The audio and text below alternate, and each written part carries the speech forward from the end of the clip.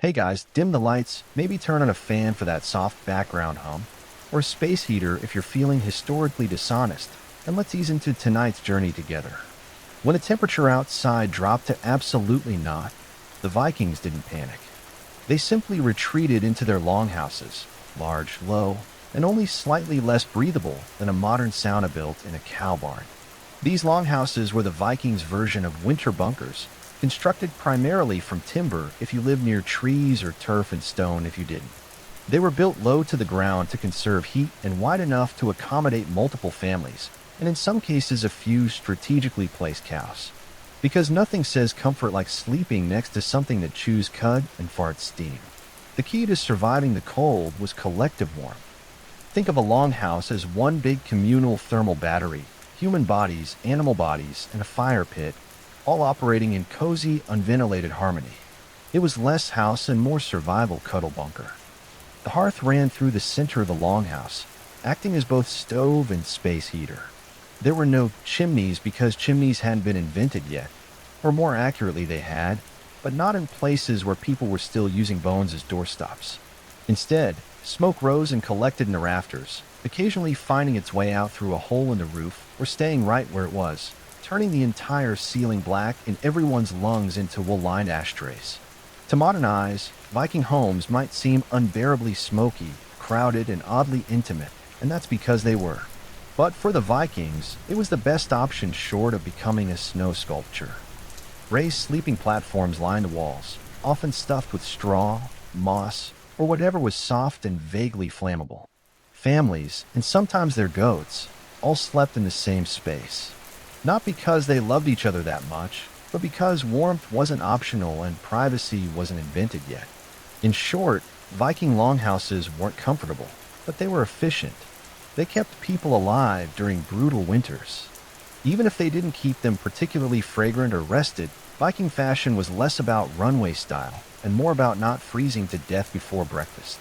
If there was one thing the Norse understood better than raiding, it was layering. And not just in a scarf and mittens way. We're talking full-body wool armor, reinforced with fur, leather, and a complete lack of shame. The base layer? Linen, if you were lucky enough to own some. Linen was light, breathable, and good at wicking sweat.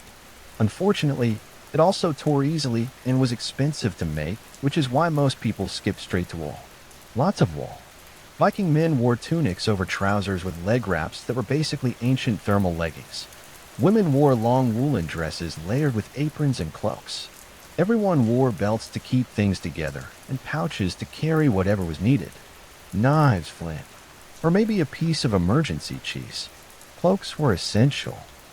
They were fastened with brooches, sometimes fur-lined, and if you didn't have one, you probably didn't have much time left either. Boots were made of animal hide, often from cattle or seals, and waterproofed using generous amounts of fat. Viking footwear wasn't pretty, but it was grease-sealed and windproof. The only downside? You smelled like a jerky factory for the really dedicated. Intestines were sometimes used to make waterproof layers. Yes, actual animal guts cleaned, scraped, dried, and sewn into a kind of proto-raincoat. It wasn't breathable, but it did keep out snow and rain, and no one was going to question your outfit when you were literally wrapped in internal organs. Hats, mittens, and scarves were all standard, often made from felted wool, which was wool-beaten until it gave up its structural integrity, and became a warm, dense mat.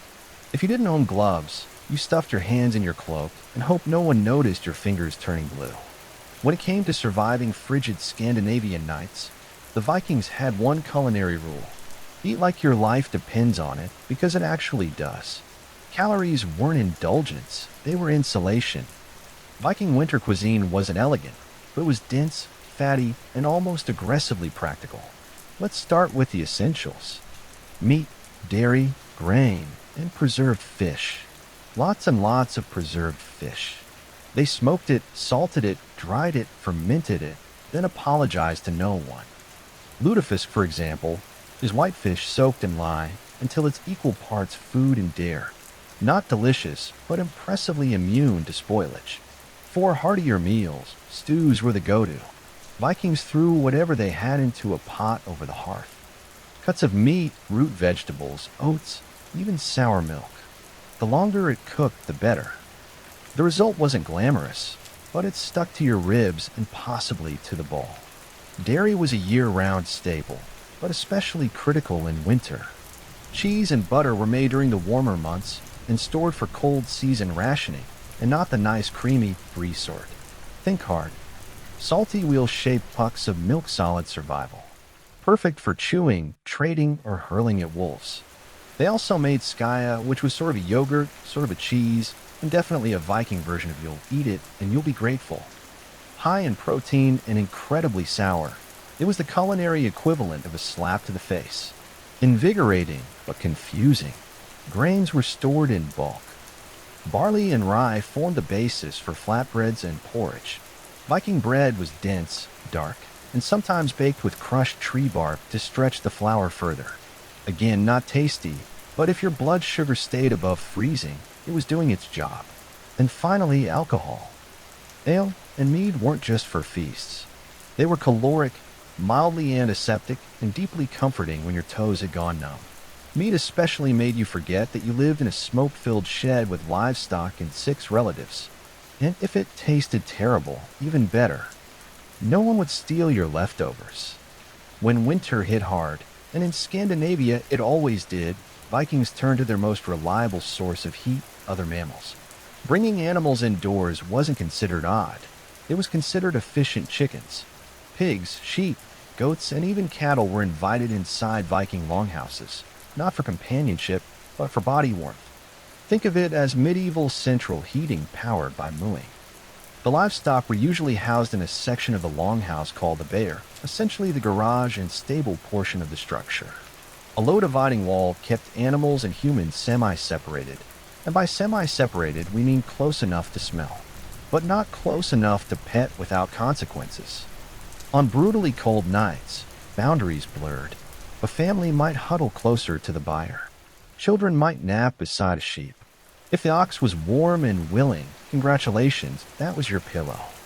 No, not cozy, but undeniably effective. The logic was simple. Animals generate heat. A cow can put out as much warmth as a small campfire and doesn't require kindling. In extreme conditions, that warmth could mean the difference between waking up frostbitten and waking up only slightly annoyed by the snoring pig. Of course, the side effects were less charming. You had to deal with the noise, the smell, and the occasional hoof in the wrong place. And yet, Vikings didn't complain. They understood a universal truth. Warmth now, dignity later. It wasn't just about heat either.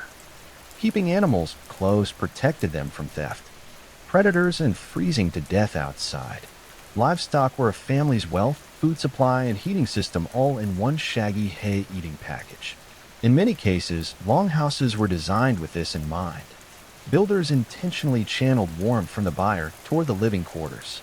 It was architecture by survival instinct, simple, effective, and unapologetically fragrant. Vikings didn't just survive the cold. They endured it with a disturbing amount of cheer. When the fire burned low, the goats got cranky and the smoke turned your longhouse into a barbecue pit. You still had one last defense against the cold. Each other. Huddling wasn't just warmth, it was community engineering. Families slept side by side on raised platforms layered in wool, and whatever scraps of hide were being used to patch the roof. Privacy was a myth. Comfort was a rumor, but warmth that was shared. Children nestled between adults. The elderly were treated like heated relics. Dogs and cats weren't pets. They were thermal devices with whiskers. Everyone packed in, breathing each other's smoky cabbage-scented air and pretending they couldn't hear Uncle Bjorn snoring like a wounded elk. But this wasn't just physical survival. Winter isolation could rot your mind faster than your toes. That's where Viking humor came in. Rough, blunt, and strangely effective. They told sagas and sang songs, often about warriors freezing to death heroically, which somehow made everyone feel better. They roasted each other with sharp wit and zero filter. Nothing beat back seasonal depression, quite like mocking your cousin for falling in a latrine last week. Feasting was another essential morale booster during midwinter. Food that had been hoarded since fall was brought out in generous portions, not just to celebrate Yule, but to remind everyone, Hey, we're still alive. And look, we have turnips.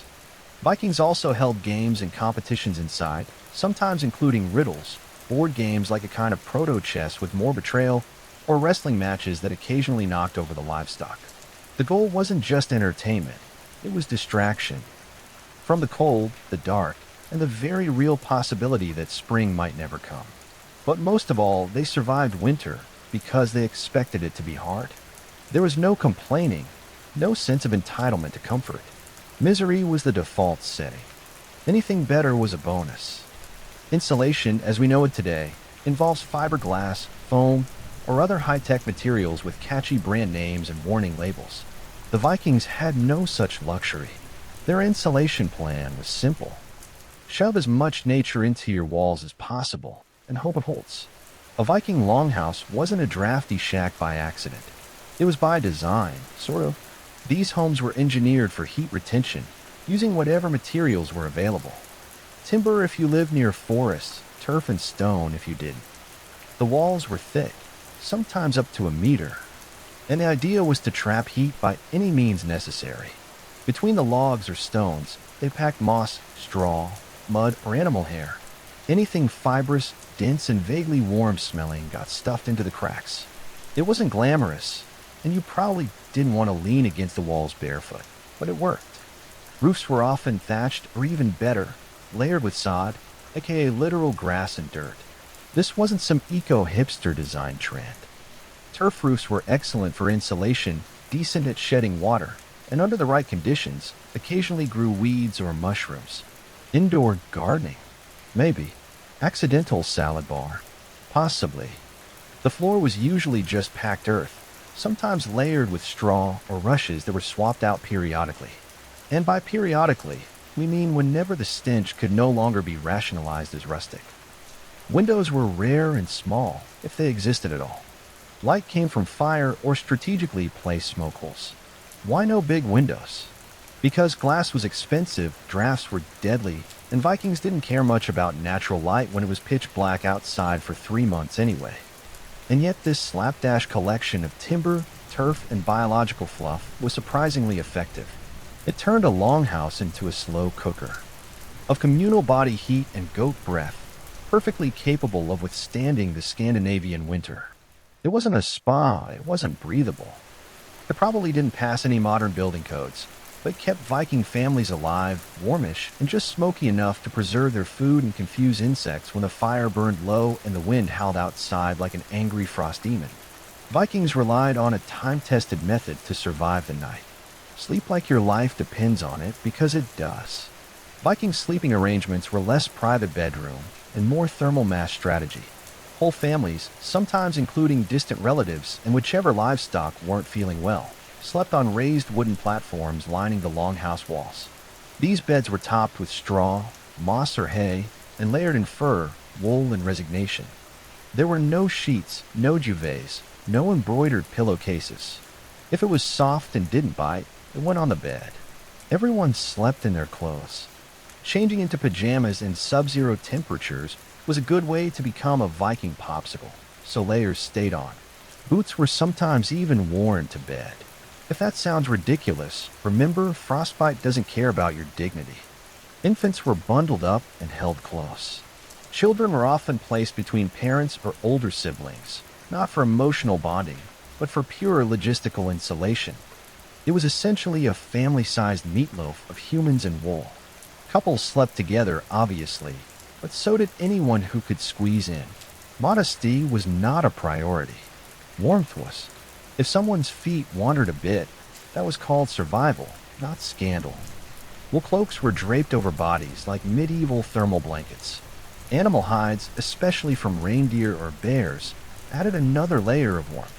If you had a bearskin blanket, you were either very rich or very lucky, or very committed to hunting terrifying things in winter. In wealthier households, or during particularly brutal winters, heated stones or bricks were sometimes placed under bedding. Yes, the Vikings had their own version of a hot water bottle, only heavier and more likely to burn your thigh. And if the fire in the hearth went out during the night, you didn't relight it immediately. You pulled someone closer and muttered something in Old Norse that probably translated to "Don't you dare steal the fur again." In short, sleeping in a Viking longhouse wasn't glamorous. It was smoky, cramped, and had a 100% chance of snoring. But it worked. In theory, smoke was supposed to drift up and escape through the thatched roof or a vent near the top of the structure. In practice, it clung to the rafters like an unwanted guest and slowly filtered down into everyone's lungs. You didn't breathe fresh air in a Viking house. You breathed experienced air. By the end of a winter evening, your chest felt like it had smoked a pork shoulder, and so did the pork shoulder, oddly enough. This wasn't all bad. The smoke helped preserve meats and fish hung from the rafters. It also kept insects and mold at bay. Plus, the constant low-level exposure probably gave every Viking the respiratory system of a Victorian coal miner. Still, the downsides were hard to ignore. Red eyes, hacking coughs, and ceilings stained darker than Odin's mood. Small children and elders likely suffered most, being shorter and therefore closer to the densest layers of smoke. Because physics is a jerk. Some families try to manage this by building raised platforms or sleeping closer to the ground to avoid the worst of the haze. Others simply power through, eyes watering as they stirred stew or try to find their bed without tripping over a semi-cooked goat. A handful of Viking homes, the upscale kind, had actual smoke outlets in the roof. But for the average Norse family, smoke was just part of the ambience. It warmed you, seasoned your food, and reminded you every single day that fire was both a friend and a flaming health hazard. And if things got too smoky, you opened a door, let in the fresh air, and froze your toes off. When the darkest days of the year rolled in, and the sun decided to take a month off, the Vikings turned to an ancient and highly effective survival tool: celebration. You can't freeze to death if you're too busy drinking and yelling around a bonfire. Enter Yule, the midwinter festival that was equal parts religious observance, survival tactic, and excuse to eat everything that wasn't nailed down.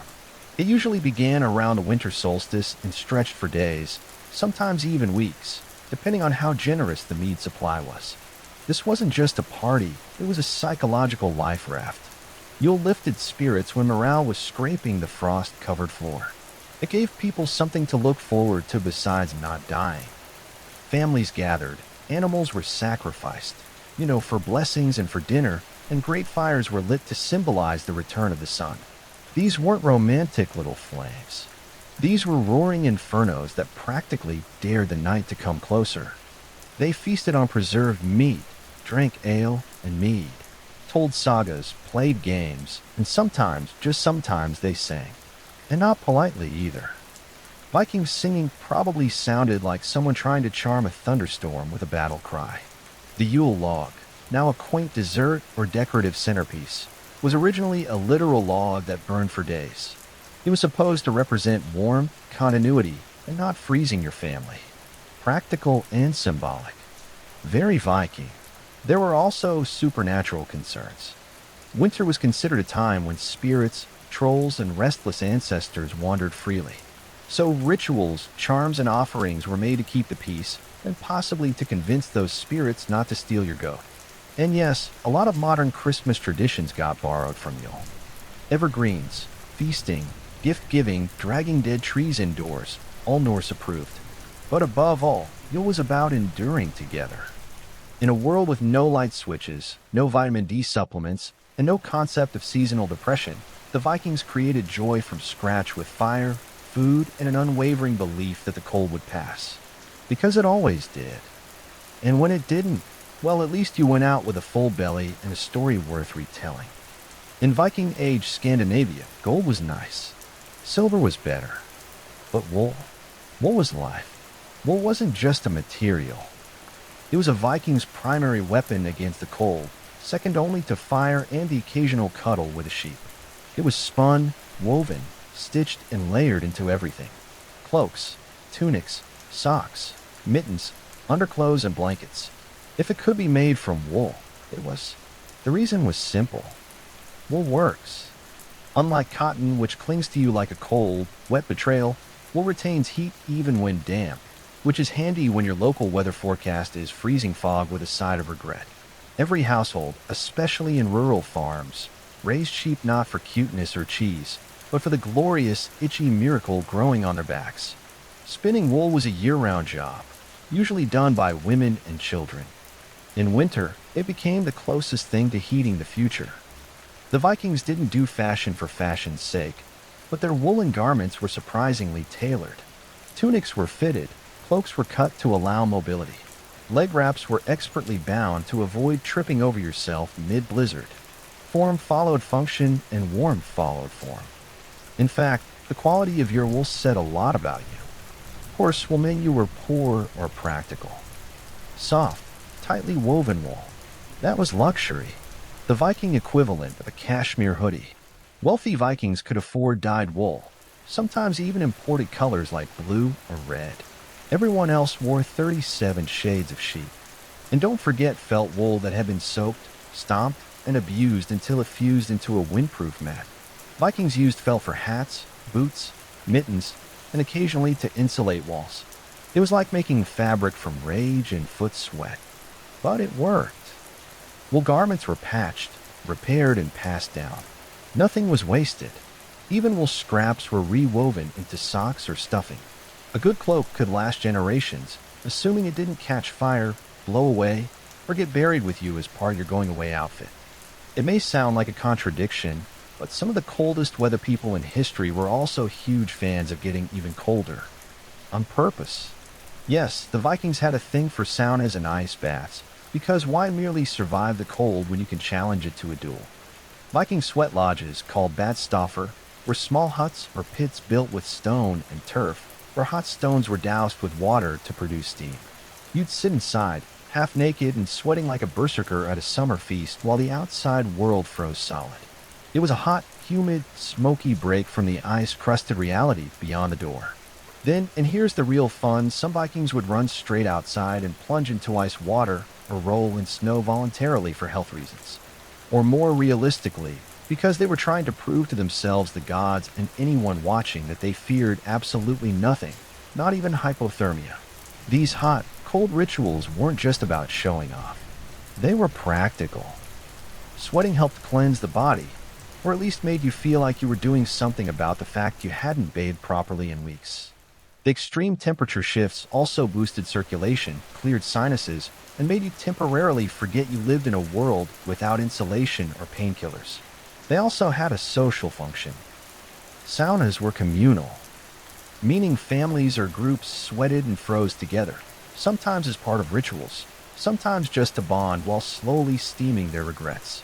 And of course, steam rooms doubled as birthing rooms, healing spaces, and makeshift hospitals.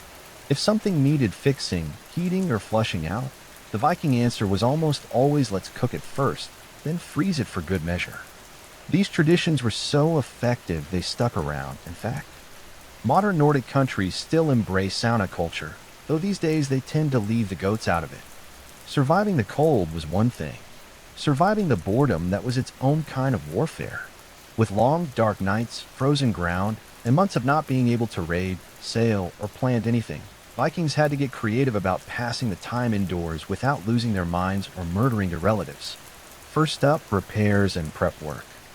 Winter was prime time for sharpening weapons, fixing tools, restringing bows, and mending clothes. If your shirt had a hole in October, you better believe it was patched by candlelight in December, unless you enjoyed frostbite in creative new places. Then there was spinning and weaving. Women, children, and anyone with two functioning hands spent endless hours turning wool into yarn and yarn into garments. It wasn't glamorous, but you knew your cloak didn't make itself. Every stitch was another layer between you and death by wind chill. Crafting also came into play. Wood carving, bone tools, antler combs. Winter was when practical turned artistic. The longhouse might look bleak from the outside, but inside it was a hive of quiet productivity and occasional swearing when someone dropped a needle. Storytelling was the big one. The Vikings didn't have Netflix, but they did have sagas. Epic oral tales of gods, heroes, monsters, and other family members who made poor life choices. These stories were passed down by firelight, each retelling slightly exaggerated for dramatic effect. Thor didn't just kill the giant, he punched the moon afterward, probably. Games helped too. Vikings played board games like Hainfertafel, a strategy game that makes chess look like tic-tac-toe, and dice games that combine luck, bluffing, and possibly a little gambling. Some families also played riddles or staged mock duels when things got really dull. Of course, alcohol helped lubricate all of this. Mead made storytelling funnier, crafting sloppier, and family squabbles slightly more entertaining for bystanders. The Vikings didn't just fight the cold with cloaks, fires, and a questionable relationship with livestock. They fought it with a mindset, and not the inspirational poster kind. More like a grim, bone-deep refusal to be impressed by nature trying to kill them. For the average Norse person, winter wasn't unexpected or tragic. It was simply part of the calendar, like planting season or time to raid France again. They didn't dread winter. They prepared for it, expected it, and met it with the emotional equivalent of a shrug. That wasn't an accident. Viking culture trained people from birth to see hardship not as a problem, but as a proving ground. Cold, pain, hunger. That wasn't a failure.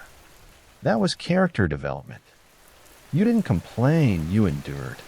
Ideally, with a stoic grimace and maybe a sarcastic comment about how this was still better than dealing with taxes, this mindset wasn't just cultural, it was spiritual.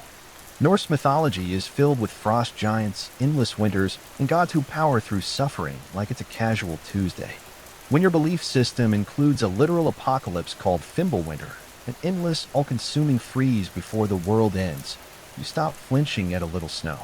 This mental toughness was reinforced socially. Weakness wasn't mocked exactly. It was simply ignored. No one wanted to be the one who couldn't handle the dark. So people kept going. They stayed busy. They joked about the cold. They laughed in the face of despair, then poured another mug of mead and kept sewing their 43rd mitten. Even children were taught to tough it out early. If your fingers were cold, you used your elbows. If your toes are numb, walk faster. If you fell through ice and survived, congratulations. You are now interesting enough to tell stories about. Was it healthy? Probably not. Effective? Absolutely. Modern survival manuals talk about the importance of mindset. The Vikings already knew they didn't see winter as an enemy to be defeated. They saw it as a test, one they had already passed 100 times before. And that's how they survived the coldest nights, with fire, fur, and a psychological middle finger raised to the wind. If there's one thing the Vikings understood better than most, it was this. No one survives winter alone. You can have the warmest cloak, the fattest goat, and the sturdiest longhouse. But without community, you're just a cold person with great accessories. Viking society was built on interdependence. Families didn't live in isolation. They clustered in farms, villages, or settlements, often made up of extended kin and close allies when winter hit. This network became your literal lifeline. Food was shared. Firewood was pooled. If your roof collapsed, someone helped you fix it. If your child got sick, someone offered herbs, prayers, or at the very least, a sympathetic grunt. This wasn't generosity for generosity's sake. It was survival math. The more people you kept alive through winter, the more hands you would have in spring for farming, sailing, and fighting. Or just holding back the cows during calving season. Helping others helped yourself, even if that meant sharing your last smoked fish with a cousin you didn't particularly like.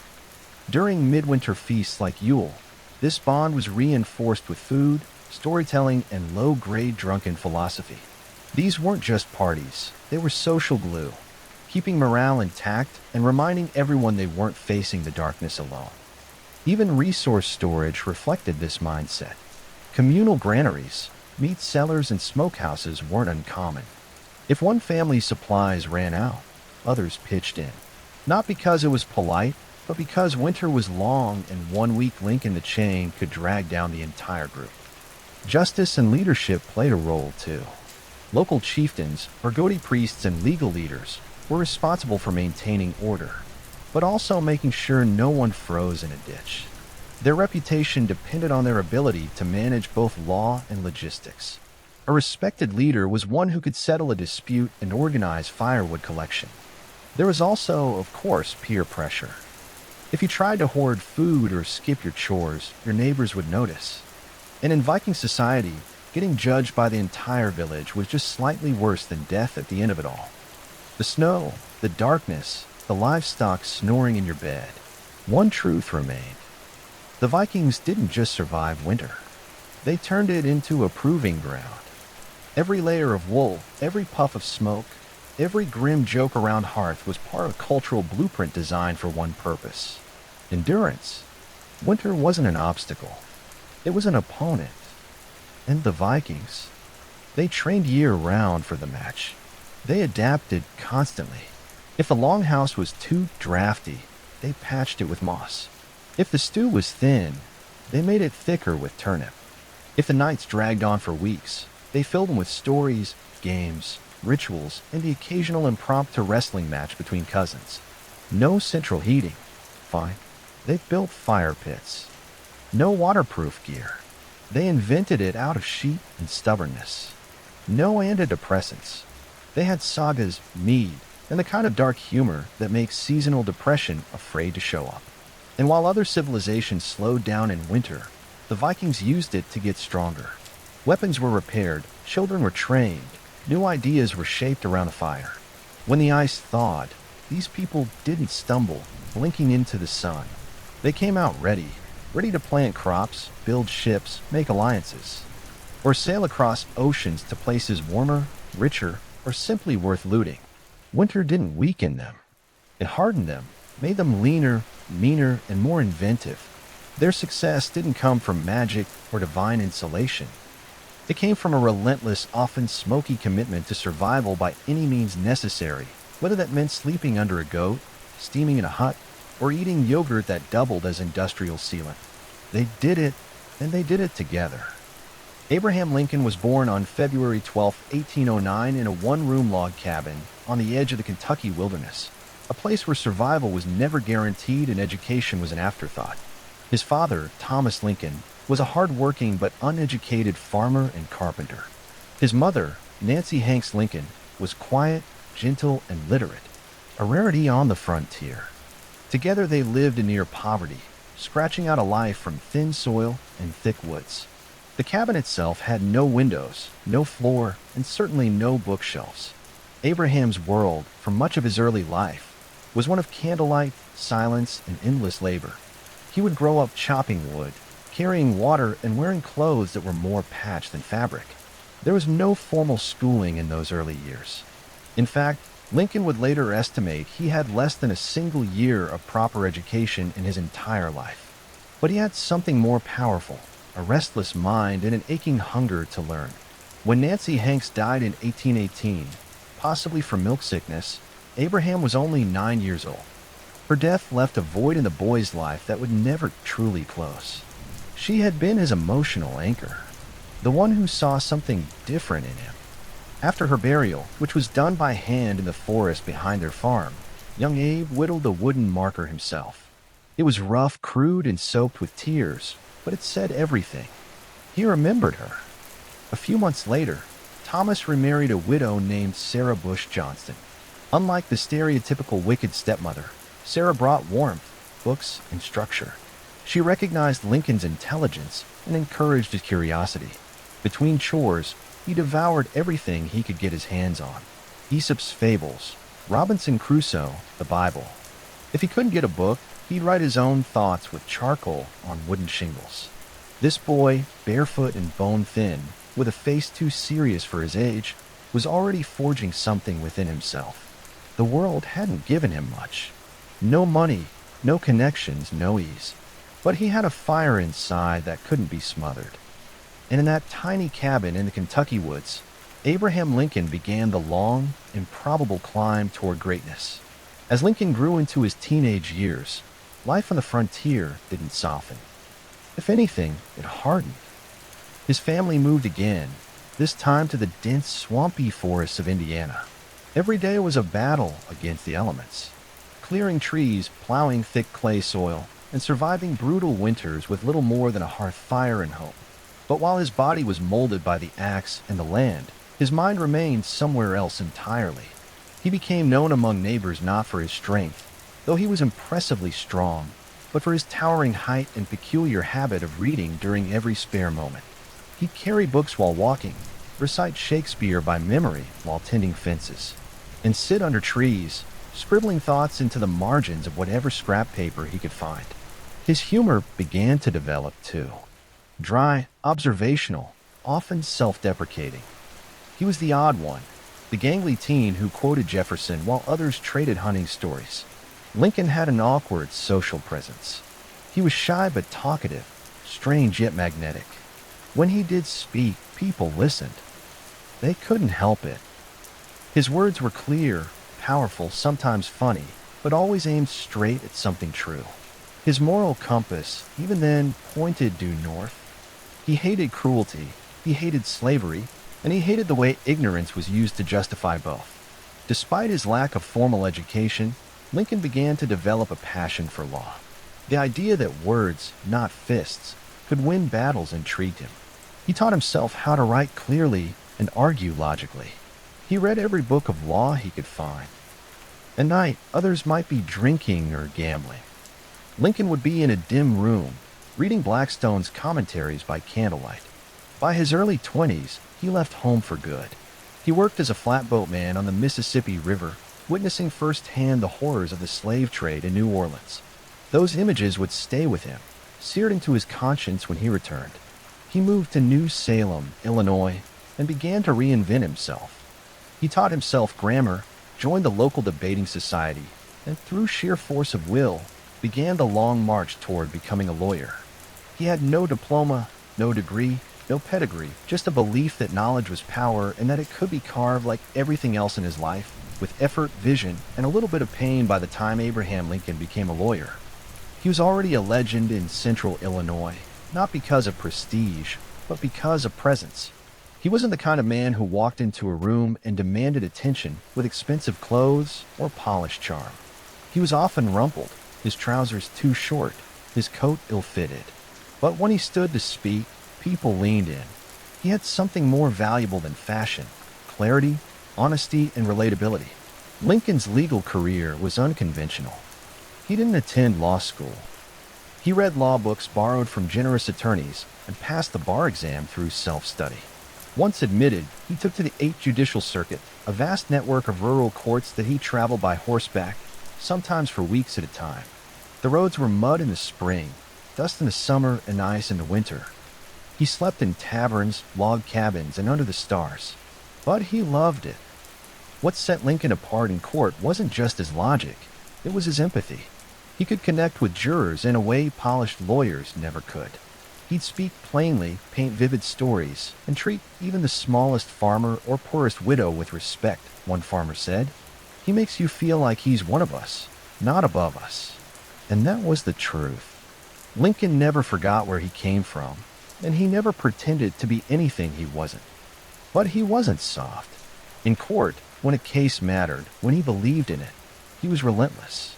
His speeches could be slow, even awkward, but they built momentum. He'd lay facts like bricks one after another, until the opposing side crumbled under their own contradictions. His cross-examinations were gentle traps. He'd lull witnesses into comfort, then spring a question that shattered their testimony over time. Lincoln became known as Honest Abe. It wasn't a campaign slogan. It was earned. He returned fees if he thought a case was unjust. He refused to represent clients who lied. And when other lawyers cut corners, he simply walked away. His reputation grew as a lawyer who understood the law and the land. But behind the scenes, another fire was smoldering. Politics. The law had taught him how people worked. Now he wanted to help change the system they lived in. And as slavery crept further into the national conversation, Lincoln's quiet conscience was about to roar. Lincoln's first real foray into politics wasn't exactly meteoric. In 1832, at just 23 years old, he ran for the Illinois state legislature and lost. But failure didn't discourage him. If anything, it clarified what he needed to do. Listen more, learn more, and meet people where they were. 2 years later, he tried again and won. In Springfield, the new capital, Lincoln quickly became known for his measured speeches, dry wit, and moral conviction. He didn't shout. He didn't scheme. But when he stood up in the State House and spoke, people remembered it. He wasn't interested in cheap victories or flashy slogans. His goal was deeper, understanding the machinery of law, society, and justice. Lincoln aligned himself with the Whig Party, a group that believed in modernization, infrastructure, and limiting executive power. But even as a Whig, he remained cautious about ambition. He often joked about being too ugly for politics.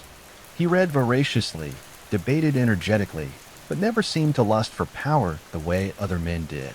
If anything, politics seemed to be a burden he accepted rather than chased. During his 4 terms in the Illinois legislature, Lincoln built alliances with farmers, merchants, and other lawyers. He wasn't the loudest in the room, but often the most trusted. He developed a reputation for being principled, especially regarding slavery. Though he wasn't yet calling for abolition, he firmly opposed the expansion of slavery into new territories. He called it unjust, immoral, a national hypocrisy. In 1846, Lincoln made the leap to national politics, winning a seat in the U.S. House of Representatives. There, he took a bold and unpopular stance against the Mexican-American War, calling it unconstitutional and unnecessary. This wasn't a winning move politically. His district didn't like it. He served a single term and didn't run again back in Springfield. He returned to his law practice, married Mary Todd, a well-educated woman from a slaveholding Kentucky family, and tried to live a quieter life. But the nation was changing rapidly. The Compromise of 1850, the Kansas-Nebraska Act, and the expansion of slavery were tearing the country apart. Lincoln might have left politics, but politics hadn't left him. The debates were growing louder, bloodier. The Union was beginning to crack, and the man once known for his caution was about to rise, not as a candidate, but as a conscience. By the 1850s, the issue of slavery no longer simmered. It boiled. The Kansas-Nebraska Act of 1854, which allowed new territories to decide for themselves whether to permit slavery, ignited fierce violence and deeper division. Bleeding Kansas became a national symbol of chaos. For Abraham Lincoln, it was a turning point. He couldn't stay silent any longer. He returned to the political stage, not with bluster, but with moral urgency. He joined the newly formed Republican Party, a coalition of former Whigs, Free Soilers, and abolitionists, all united against the expansion of slavery. Lincoln wasn't a radical abolitionist. He didn't call for immediate emancipation yet, but he believed deeply that slavery was wrong and that allowing it to spread into new states was both dangerous and unjust. In 1858, he was thrust into the national spotlight during his Senate campaign against Stephen A. Douglas, one of the most famous politicians in America. The two agreed to a series of debates across Illinois, and what followed became one of the most famous political showdowns in American history, the Lincoln-Douglas debates. Douglas defended popular sovereignty, the idea that each state should choose whether to allow slavery. Lincoln countered with clarity. A house divided against itself cannot stand, he declared. If slavery continued to spread, it would tear the Union apart. He argued that the nation couldn't endure permanently half slave and half free. He didn't win that Senate race, but he won something greater: national attention. Newspapers reprinted his words across the country. People who had never heard of Lincoln before now whispered about the lanky lawyer from Illinois with the deep-set eyes and deeper convictions. Though he lost, he'd proven himself. He stood toe-to-toe with one of the great orators of the time and never flinched. He challenged the nation's comfort, not for personal gain, but because his conscience demanded it. Privately, Lincoln wrestled with the enormity of the issue. He once wrote that if slavery isn't wrong, then nothing is wrong. But he also knew that acting too quickly could shatter the fragile Union. Still, the die was cast. The national mood was shifting, and Lincoln was rising with it, not as a politician with easy answers, but as a voice of moral clarity in a time of moral fog. By 1860, America stood on the edge of a knife. Sectional tensions had reached a breaking point. Slavery wasn't just a moral debate anymore. It was a political firestorm. Southern states threatened secession, and the Republican Party was scrambling to find a leader who could unite the North without sparking immediate war. That unlikely figure turned out to be Abraham Lincoln. At the Republican National Convention in Chicago, he was not the frontrunner. In fact, most expected the nomination to go to Senator William Seward of New York, a polished statesman with decades of political experience. But Lincoln had something the others didn't. A clean reputation, a moderate tone, and powerful momentum from his debates with Douglas. His team campaigned hard behind the scenes, emphasizing his frontier roots and personal honesty. Lincoln was portrayed as the self-made man, the rail splitter who rose from nothing. His humble beginnings weren't a liability. They were a symbol of American potential. By the third ballot, he secured the nomination, and the political world blinked in surprise. The general election was bitter and fractured. The Democratic Party split in two, with Northern and Southern factions backing different candidates. Lincoln's name didn't even appear on most Southern ballots, but in the North and West, he carried immense support. On November 6, 1860, he was elected the 16th President of the United States, with just 40% of the popular vote, but a decisive electoral majority. He didn't celebrate. In fact, the mood was grim. Within weeks, South Carolina voted to secede. 6 more Southern states followed before Lincoln even took office. The country was unraveling faster than anyone expected. As he prepared to travel from Springfield to Washington, D.C. for his inauguration, Lincoln received death threats daily. Some warned he wouldn't survive the journey. Security was so tight that he had to sneak into the Capitol by train under the cover of night, disguised and unannounced. This was not the triumphant arrival of a conqueror. It was the reluctant entrance of a president-elect whose election had cracked the Union. When Lincoln finally took the oath of office on March 4, 1861, he faced a country divided, angry, and armed. And yet, in his address, he reached not for vengeance, but for peace. "We are not enemies, but friends," he said. "We must not be enemies." But the winds of war were already howling at the door. Barely a month after Abraham Lincoln took office, the first shots were fired at Fort Sumter in South Carolina. The Civil War had begun. What followed was the bloodiest conflict in American history, a brutal test not just of military might, but of Lincoln's character, leadership, and resolve. Lincoln had no military background. He had briefly served as a captain in the Black Hawk War, but had never seen combat. Now he was commander-in-chief of a nation at war with itself. He spent long nights in the War Department, reading telegrams, studying maps, and learning strategy on the fly. He read books on warfare, questioned his generals, and obsessed over troop movements. He wasn't a warrior by nature, but he became one by necessity. His early presidency was marked by frustration. General after general disappointed him. George McClellan, in particular, had the loyalty of the troops, but the caution of a man afraid to fight. Lincoln, exasperated by delays and excuses, once asked if General McClellan does not want to use the army, "I would like to borrow it for a while." But Lincoln's real genius wasn't just in battlefield decisions. It was in vision. He understood that this war wasn't just about states' rights or secession. It was about the very soul of the nation. Could a country built on liberty survive half enslaved? At first, Lincoln moved cautiously on slavery, fearing that aggressive abolition would push border states into the Confederacy. But as the war dragged on and casualties mounted, his thinking evolved. The moral issue and the military one became inseparable. Slavery, he concluded, was the engine of the Confederate economy and morale. If it wasn't destroyed, the rebellion would never die. On January 1, 1863, he issued the Emancipation Proclamation, declaring all slaves in Confederate-held territories free. It didn't free everyone overnight, but it changed everything. The war was no longer just a fight to preserve the Union. It was a fight for human freedom.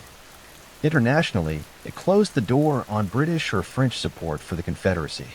Domestically, it gave black men the moral and legal justification to join the Union Army, which thousands did, fighting for a country that had long denied them citizenship. Lincoln had transformed from the log cabin lawyer into a wartime president, wielding not only authority, but moral thunder as the war dragged into its 4th year. Lincoln bore its burden alone at the top, thinner, grayer, and visibly aged. Every day brought fresh casualty lists. Towns became graveyards. He received letters from grieving mothers and wives, each demanding to know why their sons and husbands had died. And though he never fought on a battlefield, Lincoln carried the war in his eyes and on his shoulders. His cabinet was a mix of political rivals, men who once ran against him and didn't always respect him. But Lincoln managed them like a maestro, balancing ambition with purpose. He didn't rule by fear or force. He ruled with patience, stories, and clarity. Even his critics began to admit the man had steel beneath the smile. And then came Gettysburg. The battle in July 1863 was a turning point. Over 50,000 men were killed, wounded or missing in 3 days of horror. Months later, Lincoln traveled to Pennsylvania to deliver a short speech at the New Cemetery. It wasn't meant to be headline-making, just a few words of reflection. But in just 272 words, he rewrote the purpose of the war. That this nation under God shall have a new birth of freedom, and that government of the people, by the people, for the people, shall not perish from the earth. The Gettysburg Address wasn't grandiose. It was restrained, reverent, and eternal.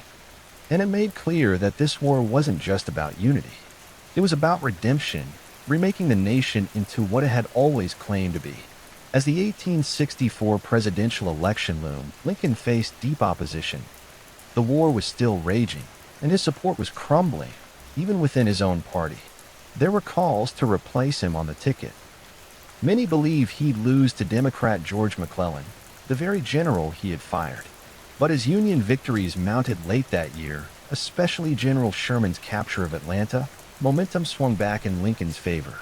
He was re-elected with a decisive margin. Still, Lincoln didn't gloat. "It is not in my nature to triumph over anyone," he said. The war was nearly won, but Lincoln knew peace would be harder. The Union could be rebuilt with muskets, but the nation's soul, that would take something much deeper. Mercy, vision, and healing. By early 1865, the Confederacy was collapsing. Cities fell one after another. Richmond, the Confederate capital, was burning. General Robert E. Lee's army was running out of supplies, soldiers, and time. And yet, Lincoln showed no joy. Victory for him was never about punishment. It was about restoration. In his second inaugural address, delivered on March 4, 1865, Lincoln spoke not as a conqueror, but as a moral philosopher. "With malice toward none, with charity for all," he said, "with firmness in the right, as God gives us to see the right, let us strive on to finish the work we are in." These were not the words of a politician looking to crush his enemies. They were the words of a father trying to save his broken family. On April 9th, Lee surrendered to Ulysses S. Grant at Appomattox Courthouse. The war was over. The Union had been preserved. Slavery, through the ratification of the 13th Amendment, had been abolished.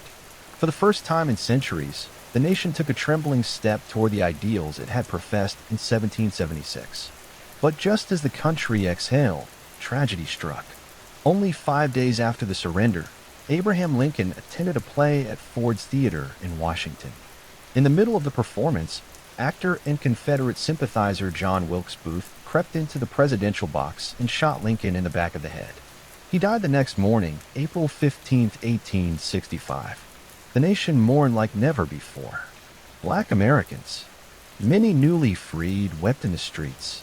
Former enemies, even in the South, acknowledged the depth of the loss. He had been their best hope for reconciliation, a man who never saw politics as war and never let hatred take root in his heart. Lincoln didn't live to see Reconstruction or to heal the wounds his presidency had helped expose, but his death transformed him from a leader into a symbol of freedom, unity, and the painful price of moral progress. From the dirt floor of a Kentucky cabin to the highest office in the land, Abraham Lincoln rose without money, without privilege, and without cruelty.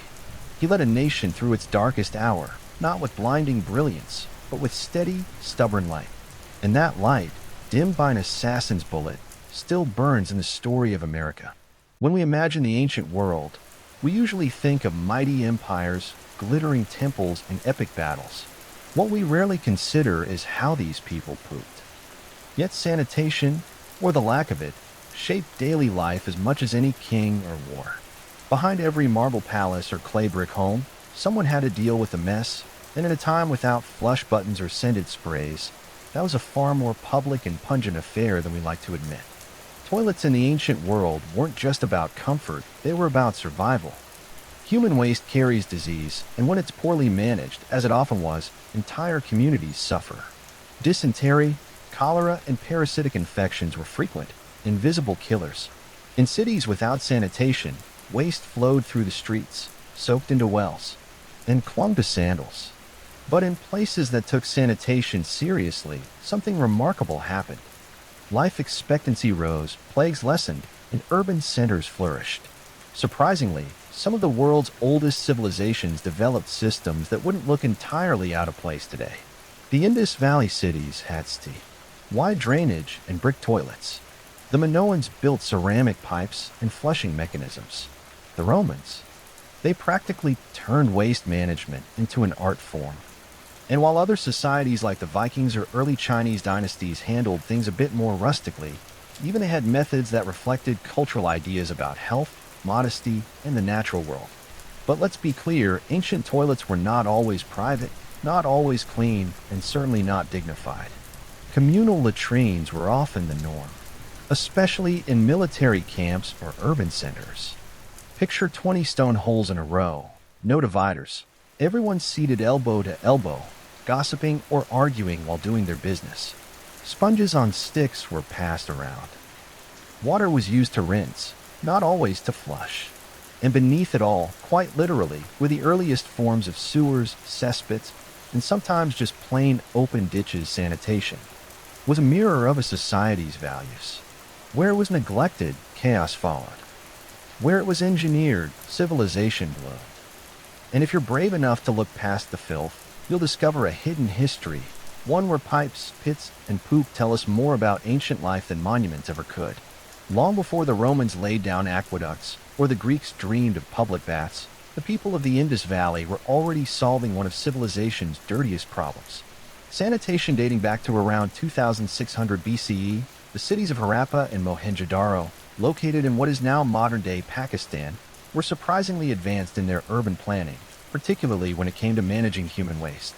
At first glance, the remains of these ancient cities might seem like nothing more than dusty ruins, but look closer and you'll find a highly organized network of brick-lined streets with standardized measurements and, most impressively, covered drainage systems running alongside them. Yes, while much of the world was still digging holes in the ground, the Indus people had figured out how to keep their cities flowing and their homes clean. Each house, even modest ones, had a small room designated for washing, often featuring a squat-style toilet or bathing area connected to a vertical chute. This chute funneled waste into a covered brick drain outside, which then joined larger public sewers. These were not rudimentary ditches. They were engineered with inspection holes, gradients, and even brick baffles to catch solids. Some scholars suggest that waste from wealthier homes was flushed using jars of water, gravity doing the rest, and the genius didn't stop at toilets. The Indus system also separated stormwater from waste. Public wells dotted the streets. And while we can't say for sure how water safety was ensured, the very presence of sanitation infrastructure implies a high regard for public health, rare for its time. But perhaps most stunning of all, the lack of palaces or temples in these cities. The Indus people were apparently more concerned with equality and urban function than divine monuments, and their toilet systems reflect that practical, widespread, and surprisingly democratic, sadly. Much about the Indus civilization remains mysterious. Their writing system is still undeciphered, and we don't know exactly why their cities eventually declined. But their toilets, the silent brick channels buried beneath their feet, still speak volumes. In an age when many empires ruled through spectacle, the Indus chose something quieter, cleaner, and arguably more civilized. While the Indus Valley engineered underground sewers, the ancient Egyptians approached sanitation with a different lens, one steeped in ritual status and a deeply held belief in physical and spiritual purity. For them, cleanliness wasn't just about avoiding disease, it was a form of worship. In the Nile-fed civilization of ancient Egypt, bathing was an essential daily routine, especially for the wealthy homes of the elite. Often featured small limestone basins or bathing rooms where servants would pour water for washing. Oils, Natron and natural salt and perfumed ointments were commonly used, and hair removal was routine. But when it came to toilets, things got a little more practical. Toilets in ancient Egypt ranged from simple pits lined with sand to more refined limestone or wooden seats placed above ceramic pots. These pots were emptied by servants or slaves and dumped far from living quarters, ideally into the desert. In wealthier homes, these seats might be tucked away in private quarters, hinting at the growing association between sanitation and status. Public sanitation, however, was virtually non-existent. Streets in cities like Thebes or Memphis were often soiled, and waste was sometimes used as fertilizer in rural areas. It wasn't always managed responsibly in urban centers. Instead, the focus remained on personal cleanliness. Priests, for example, were required to bathe multiple times a day, shave their bodies, and avoid impurities. They couldn't enter temples without ritual washing, which sometimes included enemas, not for health reasons, but as spiritual preparation. Interestingly, tombs of pharaohs and nobles occasionally included toilet stools among their grave goods. It seems the ancient Egyptians expected that even in the afterlife, one would still need to do their business and do it with dignity. The Egyptians also made early attempts at pest control. Amulets, spells, and ointments were used to ward off flies and other carriers of disease. In this way, cleanliness straddled the physical and the mystical in short. While Egypt didn't develop large-scale sewer systems, it pioneered a cultural emphasis on hygiene. Their obsession with purity influenced medicine, religion, and daily life. And though their toilets may have been simple, their ideas about cleanliness were anything but. While most of Bronze Age Europe was squatting over pits, the Minoans of Crete were flushing. Yes, flushing. Over 3,500 years ago, the Minoan civilization, which flourished from roughly 2000 to 1400 BCE, developed one of the most sophisticated plumbing systems in the ancient world. Their capital at Knossos wasn't just home to labyrinth myths and frescoes. It also had multi-story buildings with running water and working toilets. The Minoans understood something that many civilizations wouldn't figure out for centuries: gravity and water pressure. Their palaces had terracotta pipes laid beneath the floors and inside walls, channeling rainwater and spring water into fountains, baths, and perhaps most notably, latrines. In the Queen's Megaron of Knossos, archaeologists discovered what may be the oldest known flush toilet, a wooden seat set over a stone basin connected to a vertical pipe, which could be flushed with water manually poured from a vessel. Bathing was also a high priority. The Minoans constructed large ceramic bathtubs, not unlike those found in modern homes. Water could be supplied from rooftop tanks or aqueducts and drained through underground channels. The use of U-shaped water traps to block odors, a precursor to the modern plumbing trap, has even been proposed, though this remains debated. What's particularly striking is the integration of these systems into elite homes, suggesting that comfort and cleanliness were signs of prestige. Unlike later Roman latrines, which were public and communal, Minoan sanitation leaned private. Your toilet was in your own home, a luxury even many 19th century Europeans didn't have. The Minoans weren't just practical, they were stylish about it. Their bathrooms were decorated with colorful frescoes and elegant plasterwork. Sanitation, it seems, could be both functional and fashionable. Unfortunately, the fall of the Minoan civilization around 1450 BCE, possibly due to volcanic eruptions, tsunamis, or invasions, led to the loss of these innovations. It would take over 1,000 years for similar toilet technology to re-emerge in other parts of the Mediterranean. Still, the ruins of Knossos whisper a simple truth: the desire to stay clean, flush away waste, and bathe in privacy isn't a modern obsession. It's ancient, deeply human, and in the case of the Minoans, impressively advanced. When it comes to ancient sanitation, no civilization made a bigger, bolder statement than the Romans. By the height of the Roman Empire, they had mastered the art of infrastructure, aqueducts, roads, and yes, toilets. For the Romans, sanitation wasn't just about cleanliness. It was about civilization itself, and that meant making toilets public, efficient, and surprisingly social. Walk into any major Roman city, from Pompeii to Londinium, and you'd likely find public latrines, open rooms with long stone benches, each carved with evenly spaced holes. No stalls, no dividers, just elbow-to-elbow seating. Beneath the benches ran a steady stream of water to carry away waste, and a secondary channel held sponge sticks, tessuria, the Roman answer to toilet paper. These sponges were rinsed communally in water and vinegar, then reused. Hygienic, Not quite. Functional. Very. For the Romans, using the toilet wasn't a private ordeal. It was a social event. People chatted, gossiped, and conducted business, all while taking care of nature's call. Latrines were often decorated with mosaics or inscriptions, some of them humorous or even crude. Graffiti inside Pompey's latrines includes complaints about bad smells, poor plumbing, and even, of course, rude users. But Roman sanitation extended far beyond toilets. Their cities were crisscrossed with cloaca, enormous sewer systems, the most famous being the Cloaca Maxima in Rome.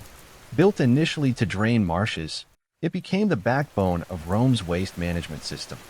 Rainwater, urine, and feces all flowed through it, fed by aqueducts that brought in fresh water from miles away.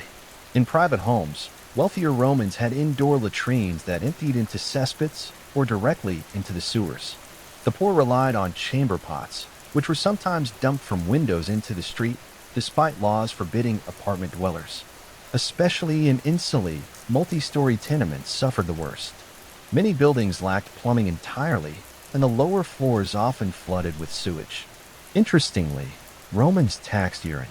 Emperor Vespasian even instituted a pee tax on public urinals, a move so infamous that his name is still associated with urinals in France and Italy today.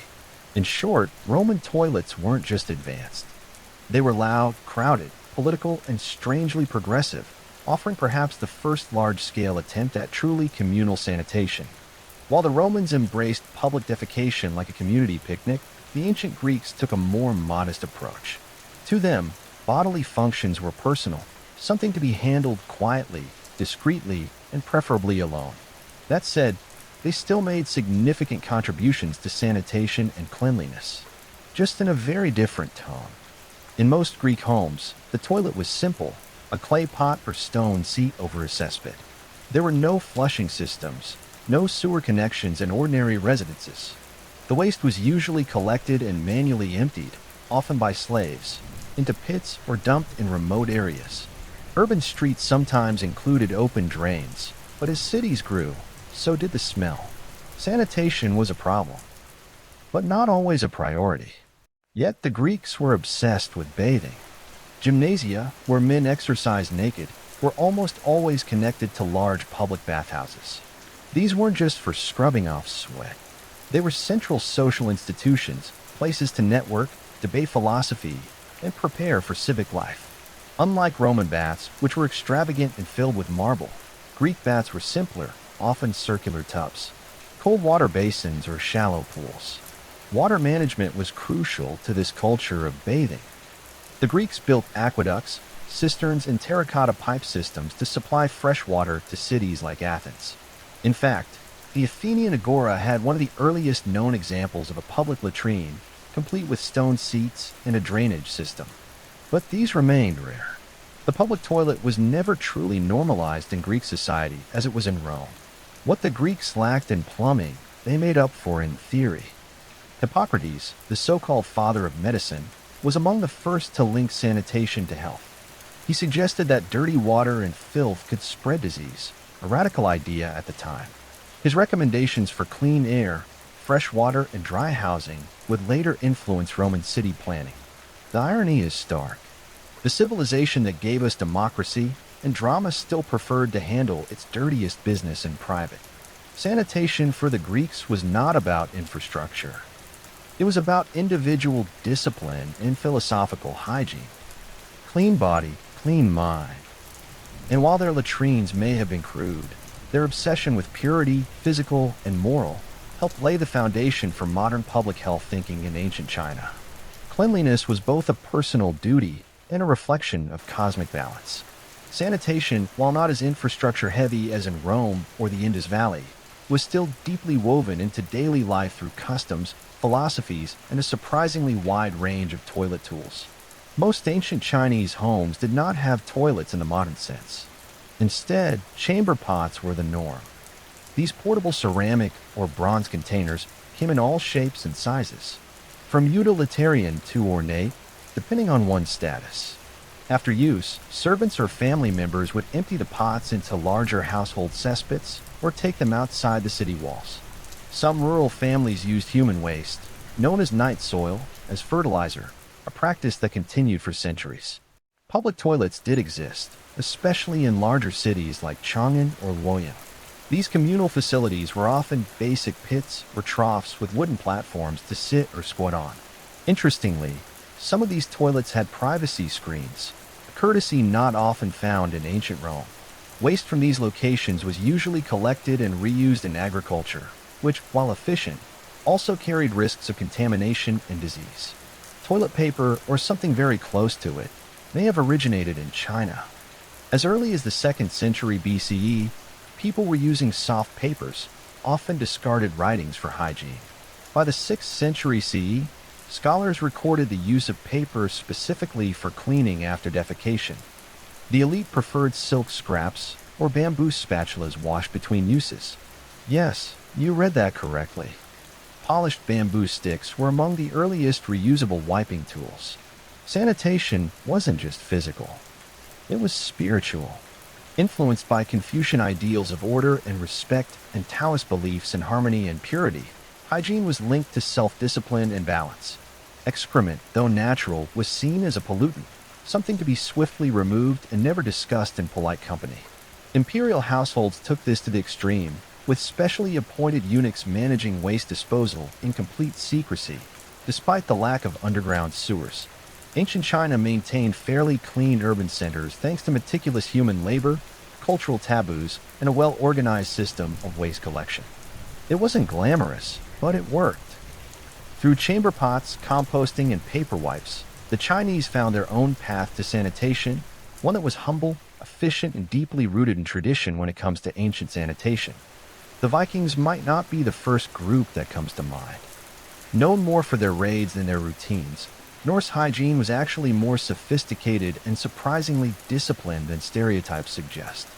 Beneath the horned helmet myths lies a culture that, while rough around the edges, took personal cleanliness and waste management more seriously than much of medieval Europe and Viking settlements, especially in places like Jorvik, modern-day York, England, and Hedderby in modern Germany.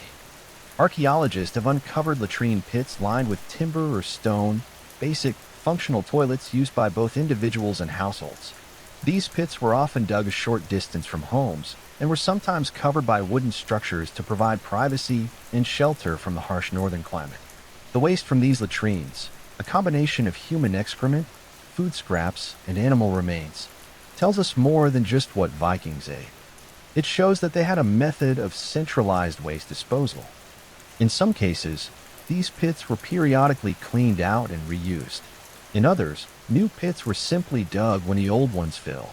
Some evidence even suggests early composting practices, as waste would naturally decompose and return to the soil over time. Inside homes, chamber pots and buckets were common, especially during long frozen winters when stepping outside wasn't exactly ideal. These were usually emptied into latrine pits or dung heaps near the outskirts of a settlement. While not glamorous, it was practical and far more sanitary than throwing waste into the street, a practice common in some medieval cities. But hygiene wasn't just functional, it was cultural. Vikings bathed regularly, often once a week, usually on Log Dagger washing day, the origin of the English word Saturday. Combs, ear cleaners, and tweezers made from bone or antler are common finds in Norse archaeological sites. Personal grooming mattered not just for appearance, but for social status and marriage prospects. While Viking sanitation lacked the engineering feats of Rome or the ritual purity of Egypt, it was rooted in pragmatism. They didn't build sewers or invent toilet paper, but they managed their waste, kept it clean, and adapted to a harsh environment with earthy, no-nonsense solutions. In the land of ice and iron, even the business of doing your business was handled with the blunt efficiency of a people who didn't have time for fuss. Across civilizations and centuries, one truth remains constant. No society could thrive without figuring out what to do with its waste, from the hidden sewers of the Indus Valley to the communal latrines of Rome and the chamber pots of ancient China. Humanity's relationship with sanitation has always walked a fine line between necessity and neglect. What's striking is how different cultures prioritize hygiene. Some, like the Romans and Minoans, invested heavily in infrastructure. They built aqueducts, flush systems, and sewage networks that in some cases rivaled the functionality of 19th century cities. Others, like the Greeks and Chinese, placed cleanliness in the realm of personal virtue, linking it to health, ethics, and harmony with nature. Still others, like the Vikings, took a ruggedly practical approach. Dig a pit, wash when you can, and don't let filth fester near your food. Despite their differences, these societies were all working toward the same goal, separating people from their waste. The reasons varied: to prevent disease, to honor the gods, to preserve public order. But the outcome shaped how cities grew, how laws were made, and how people viewed their bodies. Ironically, much of this ancient wisdom was lost during the Middle Ages in Europe. After the fall of Rome, sophisticated sanitation systems crumbled. Public toilets disappeared, sewers clogged, disease surged. It would take centuries and multiple plagues for urban planners to revisit ideas the ancients had already mastered. And yet traces of ancient sanitation still remain today. The word latrine comes from the Latin latrina. The modern flush toilet owes a distant debt to Minoan gravity systems. Even our use of paper in the bathroom was foreshadowed by the Chinese over 1,000 years ago. What feels modern is, in many cases, just rediscovered sanitation. Often overlooked in historical narratives is a quiet backbone of civilization. It doesn't inspire poems or monuments, but without it, cities collapse, populations suffer, and even empires can fall. So next time you walk into a restroom and enjoy the luxury of privacy, plumbing, and maybe even scented soap, remember you're standing on the shoulders of generations who tried, failed, and sometimes succeeded in figuring out how to keep the filth at bay. And that, perhaps, is civilization's most underrated achievement. Before satellites, compasses, or even writing, humans had an instinct to map, not just to record where things were, but to make sense of their place in a vast and often terrifying world. A map wasn't just a picture of terrain. It was a story, a belief system, a survival manual. It told people where the rivers flowed, where the sun rose, where the spirits dwelled, and where danger waited just beyond the known. Some of the earliest maps weren't drawn on parchment or paper. They were etched into stone, scratched onto bone, or woven into oral memory. Prehistoric carvings from the Upper Paleolithic period over 14,000 years ago show animals, riverbanks, and clusters of huts. Were they maps in the modern sense? Not quite. But they captured space in relation to movement and meaning, a fundamental start. As early societies emerged and trade routes expanded, maps became essential tools of power. They guided merchants through mountains and deserts. They helped kings draw borders and tax their subjects. They even tried to explain the cosmos, mixing astronomy with theology. To map the stars was to touch the divine. To draw a city was to impose order on chaos. But mapping wasn't always about accuracy. In fact, ancient maps were often wildly distorted by today's standards. What mattered was meaning, not measurement. The center of the world was always home, whether that was Babylon, Jerusalem, or the island of Delos. Lands grew or shrank, depending on their importance. Unknown regions were filled with fantastical beasts or labeled simply "here be dragons." Some cultures didn't even use flat maps at all. Polynesian navigators, for instance, crafted stick charts that recorded ocean currents and island swells, not for the eye, but for the hands and the mind. These weren't meant to be read like modern maps, but felt and memorized through ritual training. The instinct to map, to visualize space-time and position, is deeply human. Whether carved in clay, painted on walls, or sung in chants, maps helped ancient people connect with their environment, their gods, and each other. And while their methods varied wildly, their goal was always the same: to find their place in a mysterious and shifting world. In the cradle of civilization, amid the temples and ziggurats of ancient Mesopotamia, the Babylonians began carving the first known maps into clay. These weren't just practical tools for land ownership or city planning. They were cosmic documents, attempts to impose order on a chaotic world by capturing it in cuneiform lines and symbols. One of the most famous examples is the Imago Mundi, a clay tablet dated to the 6th century BCE, now housed in the British Museum. It's often cited as the oldest known world map, at just 6 inches across. It's a tiny window into the Babylonian universe. At its center sits Babylon itself, shown as a rectangle surrounded by a circular landmass representing the known world. The Euphrates River cuts through the middle, and various cities, mountains, and regions are labeled in cuneiform. Beyond the world is a bitter river, likely the ocean, and then mysterious triangular islands, each with mythological descriptions. These weren't real places. They were symbolic zones of chaos and danger, the outer limits of what could be known. To the Babylonians, mapping wasn't just geographic, it was spiritual. The heavens were mapped just as carefully as the earth. Babylonian astronomers tracked planetary movements, lunar cycles, and eclipses with stunning precision, all inscribed onto clay tablets with reed styluses. These celestial records weren't only scientific. They were used to predict omens and divine the future. The map of the sky was a guide to fate. On a more local scale, land surveys were common and practical. Clay tablets from as early as 2300 BCE record detailed plots of farmland with notes on boundaries, irrigation canals, and ownership. These were the tools of bureaucrats, tax collectors, and priests. Precision mattered here, not for navigation, but for managing wealth and resources. Babylonian maps reveal a people obsessed with structure, not just physical, but metaphysical. They mapped the world as they understood it, with themselves at the center, surrounded by rivers, enemies, gods, and mysteries. These maps weren't just records, they were expressions of belief, power, and a desire to make the unknowable a little more knowable. While the Babylonians mapped the world with mythic rings and cosmic rivers, the ancient Egyptians turned their attention to something far more grounded, the land itself. In the floodplains of the Nile, mapping wasn't abstract. It was about control, survival, and the sacred geometry of a kingdom that stretched from desert cliffs to delta marshes. The Egyptians didn't produce world maps in the Babylonian sense. Instead, their cartography was deeply practical. Every year, the Nile flooded, erasing boundary markers and farmland divisions. To restore order, surveyors, called harperdinapti, used ropes, measuring rods, and sighting tools to redraw the grid. This wasn't a one-time ritual. It was an annual necessity. Mapping became a state function, tightly controlled by temple scribes and royal officials.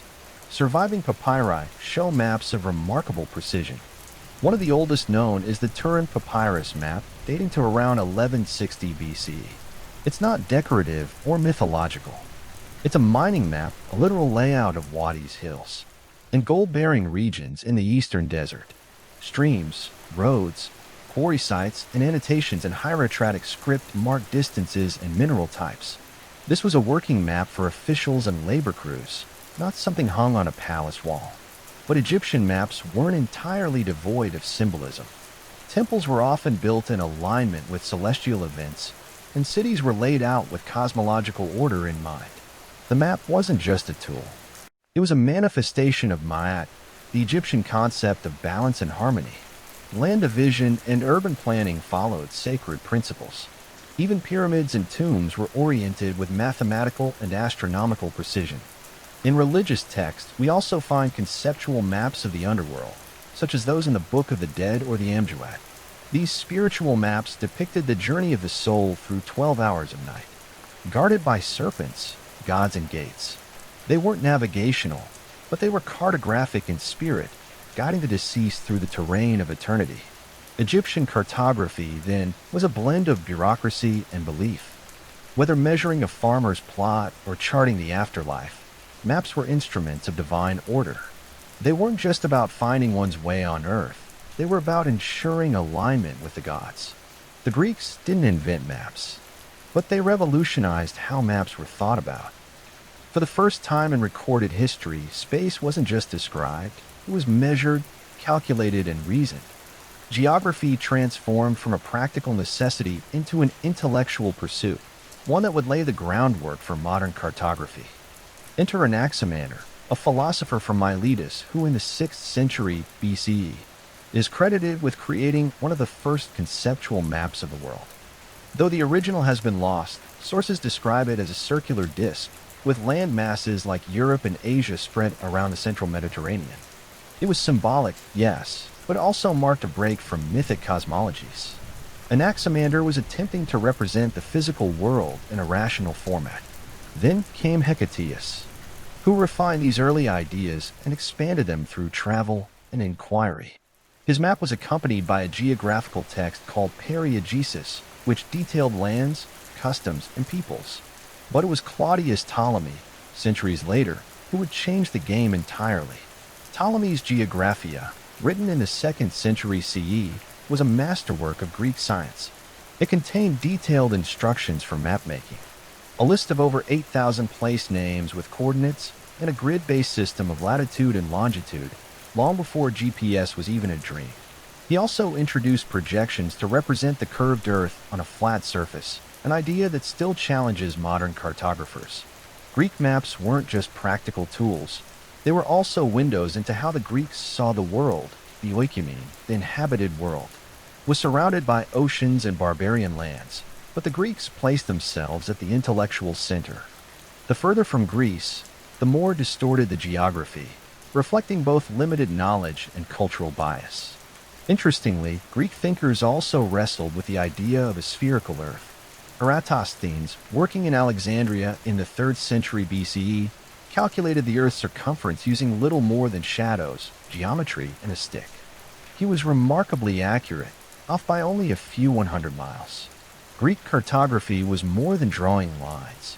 It was about decoding the Earth's shape, size, and place in the cosmos. With math, logic, and ambition, the Greeks turned maps from myth into science, and the world would never look the same again.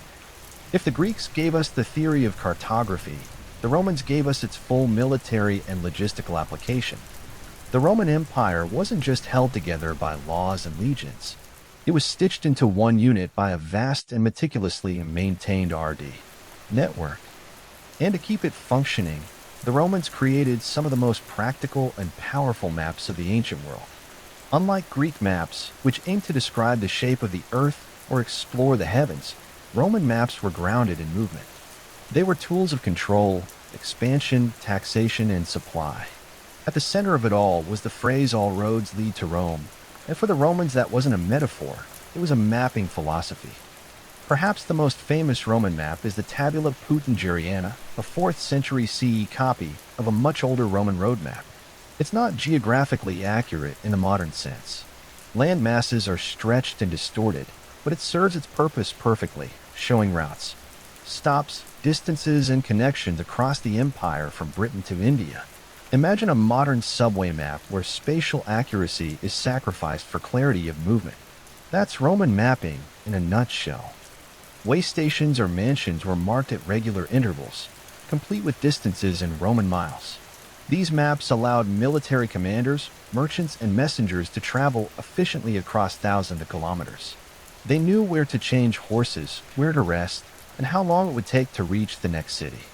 The empire became navigable, not just in the field, but on parchment. In addition to RD maps, the Romans also commissioned cadastral maps, highly detailed records of land ownership and boundaries used for taxation and legal disputes. Some were carved in bronze and posted in public places so citizens could see exactly who owned what. Control of land was control of power, and the Romans understood that with brutal clarity. Interestingly, the Romans showed less interest in mapping the whole earth or the heavens. Their focus was always on what could be conquered, traveled, or taxed. The map wasn't a cosmic vision. It was a spreadsheet with roads. And yet, by making the empire legible, Roman maps created something enduring, a sense of shared space, of belonging to something bigger than your town or tribe. It was cartography as an empire, functional, detailed, and ruthlessly efficient. While Roman maps emphasized roads and administration, ancient Chinese cartography pursued a harmony between territory, governance, and the cosmos. In China, maps were never just geographical tools. They were political documents, philosophical statements, and celestial mirrors. To map the land was to understand one's place under heaven and to rule it properly. Some of the earliest known maps in China date back to the 4th century BCE, discovered in tombs like the one at Mawangdui. These silk maps show rivers, roads, and military positions not drawn to scale, but incredibly detailed for their time. They weren't made for travelers. They were buried with the dead, perhaps to guide the spirit or to demonstrate the deceased's command of territory. By the Han Dynasty, 206 BCE, 220 CE, cartography had matured. Officials used maps to govern the empire's vast provinces, record taxation zones, and plan military campaigns. Surveying tools like the groma and sighting instruments helped measure land with surprising accuracy. Some Han maps even included coordinate grids centuries before they appeared in the West. One of the most influential Chinese geographers was Pei Shu, active in the 3rd century CE. He established principles for scientific mapmaking, emphasizing scale, direction, and consistent measurement, ideas that would become foundational to later Chinese and Korean mapping traditions. His work was so respected that he was dubbed the father of Chinese cartography. But Chinese maps weren't only concerned with Earth. Cosmological charts were deeply important.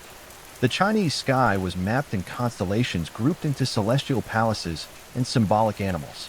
The azure dragon of the east, the white tiger of the west, and so on. These star maps guided everything from agriculture to imperial rituals. The emperor, as the son of heaven, was believed to rule in alignment with celestial order. If his maps, and by extension his governance, fell out of harmony, so did his right to rule. In China, the map was not merely a tool of bureaucracy. It was a bridge between heaven and earth. Whether carved into stone, painted on silk, or etched into bronze, a map represented more than land. It reflected the emperor's ability to impose clarity on the chaos of the world.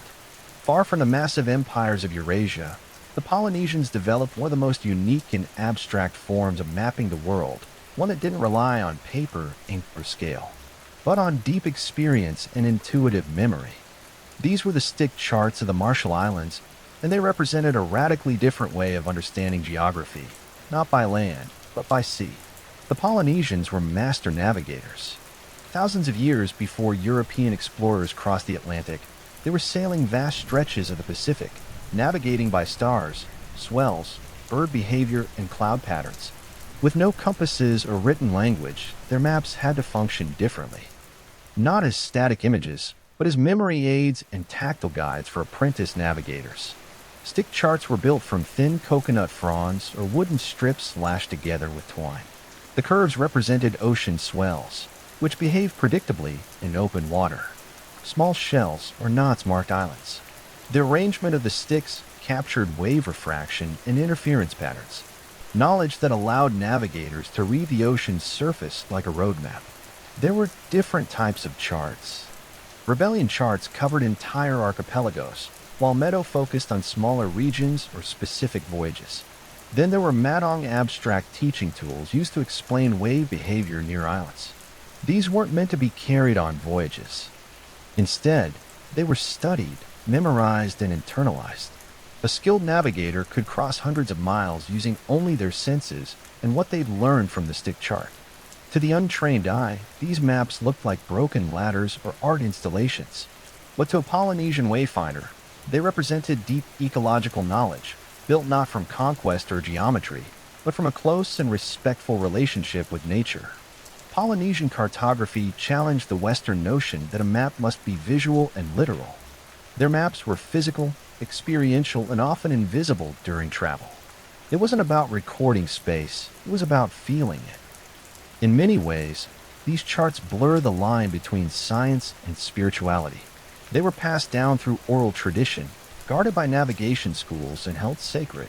And in an ocean that could swallow even the boldest sailor, they helped the Polynesians find their way not just across water, but through memory, rhythm, and ancestral knowledge as the ancient world gave way to the medieval era. Maps began to shift from scientific observation to symbolic interpretation. In many parts of the world, especially in Europe, cartography became more about representing spiritual truths and less about physical accuracy. The result? Maps filled with monsters, paradise, demons, and a worldview where the center of geography was often the center of belief. One of the most iconic medieval map types is the Teo map, which dominated European thinking from the early Middle Ages to the Renaissance. These maps depicted the world as a circle, the O divided by 8T into 3 parts, Asia on top, Europe to the lower left, and Africa to the lower right. Jerusalem often sat at the center, reinforcing the religious heart of the known world. East was usually at the top, not north, because that's where the Garden of Eden was believed to be. These maps weren't meant for navigation. They were theological tools, reinforcing a Christian cosmology where the world's geography aligned with biblical history. Lands were labeled with the names of Noah's sons, and the unknown regions beyond the edges were populated by monstrous races, people with dog heads, feet like umbrellas or faces in their chests. The further from Jerusalem, the stranger things got. But not all medieval maps were purely symbolic some. Like the Tabula Rogeriana, created by Arab geographer Al-Idrisi in the 12th century, combined empirical observation with artistic flair. Commissioned by a Norman king in Sicily, this massive silver map was based on interviews with travelers, traders, and sailors from across the Muslim and Christian worlds. It was far more detailed and practical than its European counterparts. It placed south at the top, a common feature in Islamic cartography meanwhile. Jewish, Indian, and Buddhist traditions also produced conceptual world maps, not focused on navigation, but on metaphysical structure. Mount Meru, for instance, featured as the cosmic axis in many Indian and Tibetan maps, surrounded by symbolic continents and divine realms. These medieval maps remind us that mapping isn't just about where things are. It's about what people believe the world means in an age where the horizon still holds terror and mystery. The map wasn't just a guide. It was a mirror of the soul. As the world grew larger in the minds of humans, so too did our desire to capture it, not only to get from point A to B, but to understand who we are, where we came from, and what surrounds us. Ancient maps, with all their flaws, distortions, and symbols, laid the foundation for the modern world's obsession with space, borders, and precision. What ties all ancient maps together is not accuracy, but intention. Babylonian tablets weren't meant to help you find a street. They showed the spiritual structure of the universe. Egyptian maps helped tax collectors and priests maintain divine order in a landscape governed by floods and gods. Greek maps introduced scale, geometry, and the bold idea that the world could be measured. Roman road maps stitched a vast empire together, helping legions, messengers, and merchants move like clockwork. Chinese maps fused astronomy with governance, always striving to reflect harmony between heaven and earth. Then there were the outliers, the Polynesian stick charts, tactile and abstract, showing that not all maps had to be seen. Some were meant to be felt and remembered, and the medieval religious maps filled with beasts in paradise, which told viewers not just where the world was, but what it meant. Even the flaws in ancient maps are informative. They show us what mattered to a culture, what was centered, what was feared, what was sacred. These maps remind us that geography is never neutral. It reflects priorities, power, myth, and memory. The Greeks put themselves in the middle. So did the Chinese. So did the Europeans. Everyone was the center of their own world. Today, with satellite imaging and digital precision, we can chart the planet down to the last meter, but the core impulse behind cartography remains the same as it was thousands of years ago. The human need to orient ourselves in something larger than ourselves. Whether it's a papyrus scroll, a clay tablet, or a glowing phone screen, every map answers the same ancient question. Where am I? You were born in Edo, the bustling heart of Japan, full of tea shops, rice traders, wandering monks, and at least 4 people per block who think they're reincarnated warlords. You're a girl, which means your destiny is already narrowed down to 3 historically thrilling options. Marry someone dull, become a nun, and live with regret. Or enter the Okiya, the geisha house, and spend the next 2 decades pouring tea for drunk aristocrats while pretending it's empowering. You are 6. You still think bugs are interesting, and you have no idea that your parents have made a decision. You're going to be a geisha. Not today. Today you're being walked through the streets in your best kimono, which is itchy and far too tight. But soon, very soon, your carefree life of snacks and naps will be replaced by a rigorous education in emotional suppression. The Okiya looks more like a library, married a temple, and raised a child that grew up to be emotionally distant. The woman who opens the door is Oka-san, the geisha house mother. She is the kind of person who can tell how much you're worth just by how you bow. You try to smile. She doesn't. Your parents bow deeply, say a few words, and leave you behind like a very polite hostage exchange. You have officially been handed over. You are not adopted. You are now property. Don't worry, you'll learn to curtsy through the trauma. You're now a shikomi. That's a fancy word for a child who scrubs things. You will scrub floors, prepare baths, carry water, and occasionally cry into your sleeve. Silently, of course. Your job is to watch the geisha, never speak, and absorb everything by osmosis. You sleep in the hallway, you eat last, and you owe the house money for the rice you just spilled. The geisha themselves float past you like supernatural beings. Their hair is sculpted. Their steps are silent. Their gaze says don't even think about breathing too loudly. You're just a walking sponge in wooden sandals, but you're watching, you're learning. And if your knees hold out, one day, you too might glide through a room without being told to fetch the towels. Your days start before sunrise and end when your back stops functioning. You sweep tatama floors, stoke charcoal fires, wash kimono fabric that costs more than your soul, and fetch things. Always fetching slippers, water, tea. More water, the good sandals, the other good sandals. By noon you've walked more than most samurai march in a year. Heaven help you if you make noise. Shikomi must be silent, silent like a haunted house. Speak only when spoken to, and when spoken to respond quickly, but not too quickly, or it's disrespectful. Also, don't look directly at the senior geisha unless they're looking at you, in which case you're now looking too much.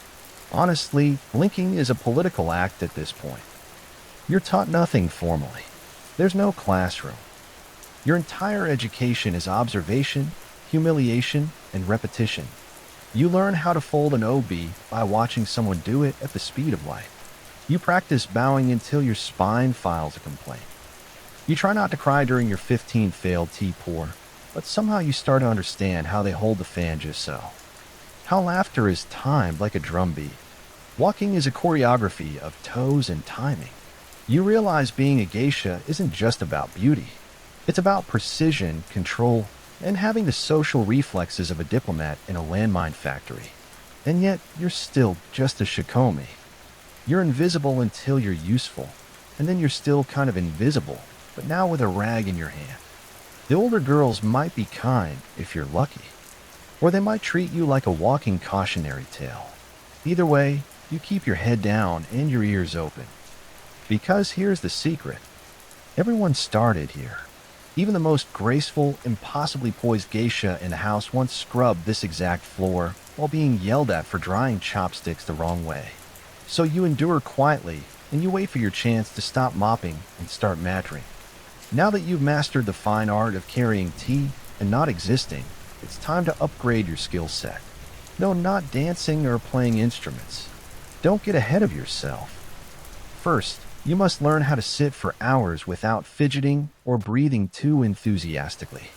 Welcome to posture training, the ancient, highly respected Japanese tradition of turning your knees into pretzels and your spine into bamboo. You kneel in Caesar, the formal sitting position where your legs are folded neatly beneath you. Your back is straight and your circulation quietly gives up. At first your legs go numb after 3 minutes. Then they start whispering threats. After 10, your whole lower body has legally declared mutiny. But you're not allowed to shift or stretch or scream because geisha are graceful. They do not wince. They do not wiggle. They endure pain like it's an aesthetic choice. You also begin bowing constantly. There are dozens of ways to bow, each with subtle variations. A greeting bow, a gratitude bow, an apology bow. Please don't punish me for existing bow. You learn to lower your head to precisely the right angle, hold it for precisely the right number of seconds, and rise with a smoothness normally reserved for rice paper unfolding in a breeze. Of course, you'll mess it up. Everyone does. You'll bow too fast or too shallow, or horror of horse. Touch the floor with the tips of your fingers at the wrong exact angle. Someone will scold you with the gentle intensity of a disappointed ghost. You also study how to sit during tea ceremonies. Your knees must remain folded even when your soul wants to escape your body. You must move like you are underwater, slow, fluid, deliberate. If you sneeze, congratulations, you've just dishonored your ancestors. But somewhere between the cramping and the internal screaming, something happens. You start to hold your head higher.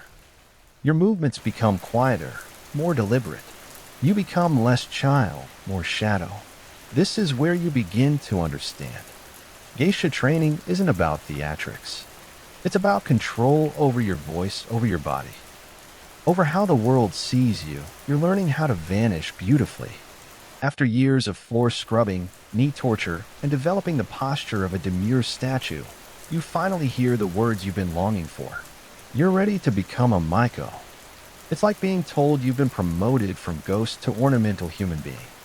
Congratulations, you are now a Maiko, an apprentice geisha, which means, ironically, the real suffering is just beginning.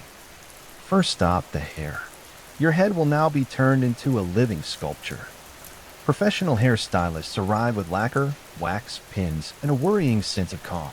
They twist your hair into the iconic Nihongami style, a towering, complex arrangement that takes hours to create and approximately one poorly timed sneeze to destroy.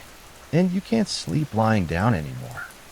No, you must use a takamakura, a wooden neck pillow designed to keep your head elevated so your precious hair doesn't touch anything, especially common sense. Sleeping like this is a test of willpower and neck strength. You get used to it. Sort of. Eventually. Maybe. Now comes the outfit. Your new kimono is an embroidered beast. It's gorgeous, heavy, and designed by someone who clearly hated shoulders. The sleeves are long enough to sweep a small garden. The obi sash is tied in an elaborate knot that sits halfway up your back and weighs about as much as a toddler. Getting dressed each day requires help, often from 2 or 3 other people who have memorized the ancient art of wrapping fabric around a human body until it's 75% kimono and 25% regret. Then there's the kanzashi, your hair ornaments. These are beautiful, seasonal, and sharp enough to qualify as light weaponry. You wear them like a crown, but they also broadcast your rank and training stage. One wrong hairpin, and everyone in the room knows you've committed a fashion crime punishable by shame. As a Maiko, your job is to watch, imitate, and occasionally serve tea while dressed like a sentient cherry blossom. You're not allowed to speak too freely, laugh too loudly, or heaven forbid, ask questions. You are art, not commentary. But despite the discomfort, the aching scalp, and the inability to sneeze near flames, you feel something else. You're not invisible anymore. People notice you. And not just because your outfit is visible from orbit. There's no single aha moment where you wake up and think, yes, I am now a proper apprentice geisha. It's more like a slow ceremonial promotion wrapped in silk, incense, and low-grade stress. But the official day you debut as a Maiko, that's different. That day comes with ceremony and pressure. Think of it as the Edo period version of a debutante ball. Except instead of dancing and punching, there's kneeling, sweating, and at least 2 full hours of hairstyling with hot wax. You've trained for years, bowed more than a religious statue, and memorized the complicated way to pour tea without looking like you're pouring tea. Now, finally, you get to show your face. Painted white, of course, to Kyoto's elite, and they are judging you politely, intensely, quietly, with folding fans. You wear your most elaborate kimono yet, layers of vibrant silk that cost more than your birth family's home. It's so long it drags behind you like a very expensive regret. Your obi is tied in the Durari style, a long trailing sash that screams, yes, I'm new here. Please admire my suffering. Your face is fully painted now. White rice powder from forehead to neck. Red and black accents on your eyes. Lips painted in a perfect bow, though only the bottom lip at first, because apparently rookie elegance is a half-lip kind of thing. You walk through the streets in your okobo, those platform sandals that double as medieval torture devices, while everyone turns to stare. Not because you're famous, but because you're a newly minted Maiko, and it's a rare sight. Also, you're walking very, very slowly. It's the only speed available. Then comes your Misadashi, your formal debut ceremony. You meet clients for the first time, greet patrons, and perform for elders who remember when their necks still worked.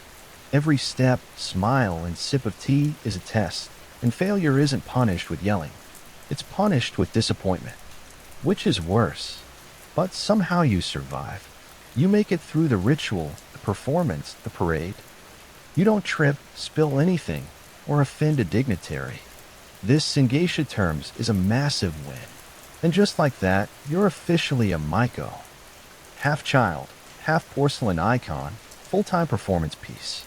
Being a Maiko comes with many responsibilities. Pouring tea, dancing, pretending not to hear creepy innuendos. But none of them compare to your most sacred daily ritual, the face. Your makeup routine is now a full-scale military operation. Step 1.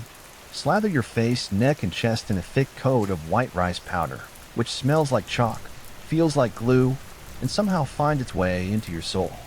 It dries faster than your will to live and sets like plaster. Once it's on, you are no longer human. You are canvas. Step 2. Eyebrows. Yours gone. Covered in powder. New ones drawn on with charcoal.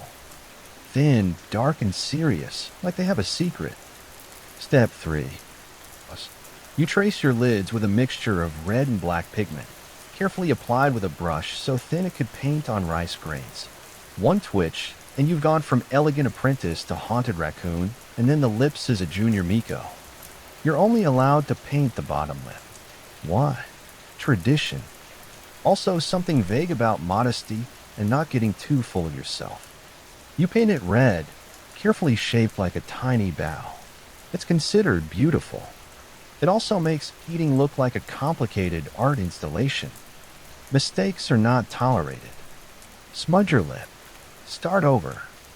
Uneven eyeliner. Unacceptable. Eyeliner doesn't even exist yet. You're using powdered minerals mixed with spit and despair. Once you're done, you look in the mirror and see something both ancient and terrifying. A doll. A glowing, white, fragile, beautiful doll with the core strength of a dancer and the daily calorie intake of a squirrel. But here's the thing. Beneath the mask, you're learning power. This look commands attention. It says I'm tradition wrapped in performance. And I will judge your clumsy chopstick technique. The makeup isn't for vanity. It's for armor. It separates you from ordinary women. It tells everyone that you're here to perform, not participate. It also tells your pores that they are no longer needed. Hope you weren't too attached to breathing through your skin. You don't wear this face for yourself. You wear it so others forget you're only 15 and start treating you like art at first glance. You might think the geisha's greatest tools are her beauty, her kimono, or possibly the sharp metal hairpin she keeps purely for decorative purposes. But you'd be wrong. Her real weapons are twofold, the shamisen and the ancient Japanese art of making awkward men feel interesting. You learn the shamisen, a 3-stringed instrument that looks like a weaponized spatula and sounds like a melancholy banjo. Playing it requires grace, rhythm, and fingers that don't cramp like salted squid. You practice for hours daily, producing noises that begin as cat in distress and gradually evolve into respectable ambience. Your teachers are merciless. 1 missed note earns you a sigh. 2 missed notes earns you a raised eyebrow. 3 missed notes, and you're sent back to tune the instrument until it sounds less like a kitchen accident. But music is only half the equation. The other half, conversation. You're not just learning how to talk. You're learning how to talk around things, how to flatter without lying, how to suggest without promising, how to keep a man engaged in dialogue without letting him realize that you're mentally organizing tomorrow's dance routine while nodding politely. You practice subtlety like it's a martial art if a client mentions he's rich. You smile softly and change the topic to the moon. If he tries to flirt too boldly, you compliment his taste in sandals and offer more sake. You are the queen of graceful deflection. And oh, the poetry. You memorize hundreds of poems about flowers, rivers, and heartbreak. You can quote Basho while pouring tea and still have enough bandwidth to notice who's had too much to drink, all while keeping your back straight. And your voice is 1 octave higher than your internal screaming. By now you've realized that being a Maiko isn't about entertaining. It's about managing emotion, your client, the room's. You read moods faster than you read syllables. You know when to laugh, when to pause, and when to pretend you didn't hear something horrifying. This is your new life. Half musician, half therapist, all performance. And the scary part, you're getting really good at it. Ah, yes, the Danner. The word sounds elegant, vaguely mysterious, and just polite enough to hide what it actually means. A wealthy male patron who supports your career with the strings of obligation woven so tightly they could double as a noose. You hear about the concept early on. A Danner, they say, is a respected man who appreciates the arts, funds your training, and helps with the extravagant costs of kimono, hair ornaments, and general survival. In return, you're expected to keep him company, make him feel important, and ideally not run screaming into the night. It's not romantic. This isn't a Jane Austen novel. This is a business transaction wearing a silk robe. You don't get to choose your Dana. The house chooses. Your Okasan weighs reputation, wealth, and social connections. Like a sommelier sniffing out aged insecurity. You, meanwhile, are told to smile and pretend the man in front of you, who is 40 years your senior and breathes like a tired ox, is fascinating. Now, to be clear, not every Danner expects certain favors. Some are genuine patrons of the arts who simply enjoy the company of a well-trained, clever woman who can discuss poetry and politics without crying or interrupting. Others are not. The boundaries are vague, culturally unspoken, and the pressure is immense. You owe your house. You owe your future. You owe your knees, which are currently throbbing under another 10 pounds of fabric. And so you learn the art of emotional balancing. You keep things light, friendly, respectful. You become a master of making men feel adored while keeping your soul safely sealed behind a smile. If emotional labor were taxable, you'd bankrupt the shogunate. Sometimes it works out. A Danner might sponsor you for years, shielding you from financial ruin and providing just enough distance to keep things bearable. Other times you develop the lifelong ability to disassociate in real time while nodding a story about grain taxes for the 15th time. Either way, the system isn't about love, it's about leverage, and the only way to survive it is to learn how to tilt the balance back in your favor. All while wearing 3 layers of brocade and pretending the room isn't on fire. One day, someone hands you a pair of shoes that look like small wooden buildings and says, "Put these on." They're called Okobo towering platform sandals made of solid wood with no right to exist. Designed not for comfort, but for ceremony, elegance, and possibly revenge. These sandals are worn exclusively by Maiko, which means if you're wearing them, you're now expected to float, not walk across the streets of Kyoto without wobbling, tripping, or bursting into tears. The Okobo makes you taller, statelier, and less human. You no longer walk like a person. You glide like a shrine procession. The goal is to move with such grace that no one notices you're actually fighting for your life with every step. They have no cushioning. Of course they don't. This is Edo Japan. Your feet throb.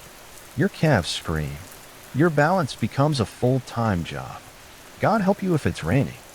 Slippery Okobo on stone streets turn every trip to a tea house into an Olympic-level obstacle course. The sound they make, a sharp clop, clop, clop, is deliberate. When a Maiko walks down the street, people know that rhythmic click is your new soundtrack. It's beautiful. It's traditional. It also lets everyone in a 5-block radius know where you are at all times. Subtlety. Overrated. Eventually, your legs adjust. Sort of. You develop muscles in your ankles that you didn't know existed. You learn to fall with dignity. You perfect the art of turning corners slowly, gracefully, and with just the right amount of theatrical foot placement. And just when you think you've mastered it, someone adds a 12 lb OB to your waist and sends you to a client dinner with 3 flights of stairs. Wearing Okobo is a rite of passage. It's also a public reminder that you're still an apprentice. Full geisha wear flatter shoes because by then they've earned the right to not suffer so visibly. You're still earning it. One wooden stomp at a time. Let's clear something up. A geisha is an entertainer. You perform, you dance, you sing. You pour sake with elegance and flirtation so subtle it could pass for weather. You are a walking work of art whose power lies in restraint. You say just enough. You reveal just enough. You exist in a sacred space between admiration and distance. A courtesan or oiran is a high-class companion trained in the art of pleasure. Their job involves layers of performance too, but with one distinct difference. There's usually inns in a bedroom. Yours ends with applause, a bow, and sore feet. The visual confusion doesn't help. Both wear elaborate kimonos. Both wear ornate hairstyles. But here's your cheat sheet. If obi is tied in the front, she's a courtesan. Quick access. If it's tied in the back, she's a geisha. Slow exit. You're welcome. But none of that matters when you're in a room full of men who watched one bad movie and think geisha is code for exotic invitation. So you develop a skill, the art of politely correcting someone while making them feel like they taught you something. It's linguistic aikido. You say things like, how kind of you to be curious. Our traditions are quite different from that. Smile, sip, redirect, repeat. You'll give this same explanation 100 times in your career. It will never stop being necessary. But each time you do it with grace, you reassert the boundary, one smooth sentence at a time. Because being a geisha means never losing your cool, even when someone mistakes you for something you're not. Again, as a maiko and eventually a geisha, you are expected to master music, dance, etiquette, and the delicate skill of looking delighted while listening to a man talk about rice tariffs for 2 hours. But your most useful and least taught skill, saying no without ever using the word no. See, you can't just reject someone outright. That would be rude and worse, ungraceful. No one pays a geisha to be blunt. Your value lies in subtlety, in suggestion, in the ability to pivot away from a proposition like a butterfly and get her sandals. Let's say a client gets bold. Maybe he leans in a little too far, compliments your eyes a little too often, or drops the classic. Perhaps we could meet somewhere more private. You don't slap him. You don't shout. That's amateur hour. Instead, you smile, tilt your head, and say something like, you must be very popular with women. This sentence has exactly zero substance, but it flatters him, redirects the conversation, and buys you 10 seconds to refill his cup and pretend that never happened. Another classic. Oh, what a shame. I'm terribly busy that day. This works even when he hasn't specified a day. You are always terribly busy because a geisha's schedule is a mystery wrapped in silk and plausible deniability. Or you deploy the old standard. Laughter. Just a soft, amused chuckle, followed by a gentle shake of the head and a change of subject. It's a dance, one where you lead, and they never quite realize it. Over time, you become fluent in the language of deflection. You can reject someone 3 times in a row while making them feel like they're the guest of honor. It's exhausting, yes, but it's an art form, one passed down from woman to woman. Like a secret spell book written in fan movements and passive-aggressive grace. Because here's the truth. A geisha's job isn't to indulge desire. It's to manage it, to channel it, to make the room feel magical while keeping both hands on the wheel. And if all else fails, smile, bow, and say such an interesting thought. That usually does the trick. The Nokia may look serene. Paper walls, soft lighting, the gentle strum of shamisen floating through the air. But don't be fooled. It's a battlefield, not one with swords or shouting. No, geisha wars are quieter, sharper, like being slowly assassinated with compliments. Every geisha house is a carefully managed ecosystem, and within it lives a secret jungle of hierarchy, rivalry, and petty vengeance served in silk. You're surrounded by women who are smart, competitive, and trained to smile through open war. Did someone borrow your obi without asking? Oh, how thoughtful. Did another maiko arrive for dinner with the same seasonal hairpin? How coincidental. Did your shamisen solo suddenly get reassigned to someone else last minute? Just a misunderstanding. The kind that somehow always benefits the more popular girl. You learn quickly. Not all smiles are kind. Not all compliments are real. And never leave your cosmetics unattended. There's a code, of course. You don't scream or slap. That's for the untrained. Here, revenge is served with poise. One extra syllable in a haiku. One wrong step pointed out politely during practice. A subtle whisper to a client that maybe, Just maybe you heard something interesting about that other Maiko's behavior at the last tea ceremony. Rumors in the IKEA spread faster than fire on a paper lantern. You try to stay above it, of course, but eventually you'll get pulled in. Maybe you're the new favorite. Maybe your dance was too good. Maybe someone's just in a mood and suddenly your sandals are missing. Coincidence? Surely you survive by learning to be gracious. Strategically, you master the art of complimenting someone while implying the opposite. Your new kimono is so bold. I could never wear something so daring. Eventually, you'll rise above it. Literally. As a full geisha, you'll outrank the apprentices and get your own room, your own clients, and fewer accidental spills on your outfit. But until then, welcome to Fan Wars. They're silent, they're ruthless, and they're fought with grace, timing, and an occasional well-placed eyebrow raise. You don't need armor here. You need a mirror, a memory, and the ability to say thank you like it's a warning. After years of kneeling, bowing, smiling, and resisting the urge to scream into your obi, the day arrives. You are no longer a Maiko. You are now a geisha. The transformation is subtle. No dramatic parade, no congratulatory fireworks. You simply wake up one day, and instead of being the girl in training, you are the standard everyone else is training toward. And weirdly, your knees still hurt. Your wardrobe changes. Gone are the vividly colored, high-sleeved Miko kimono that made you look like a walking flower arrangement. Your new look is more subdued, more elegant, like you finally earned the right to dress like someone with opinions. Your hair. Thank the gods. It's no longer a weekly sculpture made from wax and willpower. You now wear a wig. Yes, a wig. It's heavier than your head and still takes half a salon and a miracle to style. But at least you can sleep like a normal human again, which is to say poorly and on a futon. But the biggest shift, you now perform alone. You don't follow anymore. You lead. You're expected to host, entertain, and charm without assistance. Your shamisen solos are longer. Your conversations are wittier. You must be calm, poised, and above all, in control. Clients no longer see you as cute. They see you as powerful.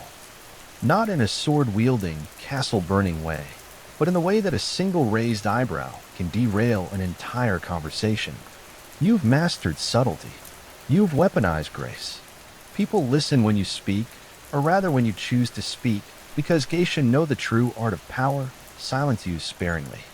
And with this new status comes new burdens. You must mentor the younger Maiko. You must smile at clients you've already smiled at 1,000 times. You must carry the weight of legacy, of expectation, of thousands of years of cultural performance. But deep down, something's different now. You're no longer pretending. You've become the person Nokia sculpted you into. Not just a woman in a kimono, but a living symbol of refinement, mystery, and perfectly calculated emotional labor.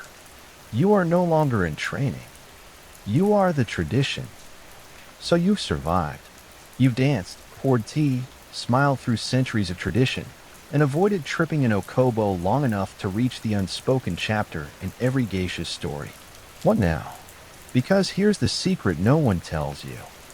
Geisha don't really retire. Not in the traditional sense. There's no ceremony where someone hands you a gold fan and a thank you note. You don't get a pension.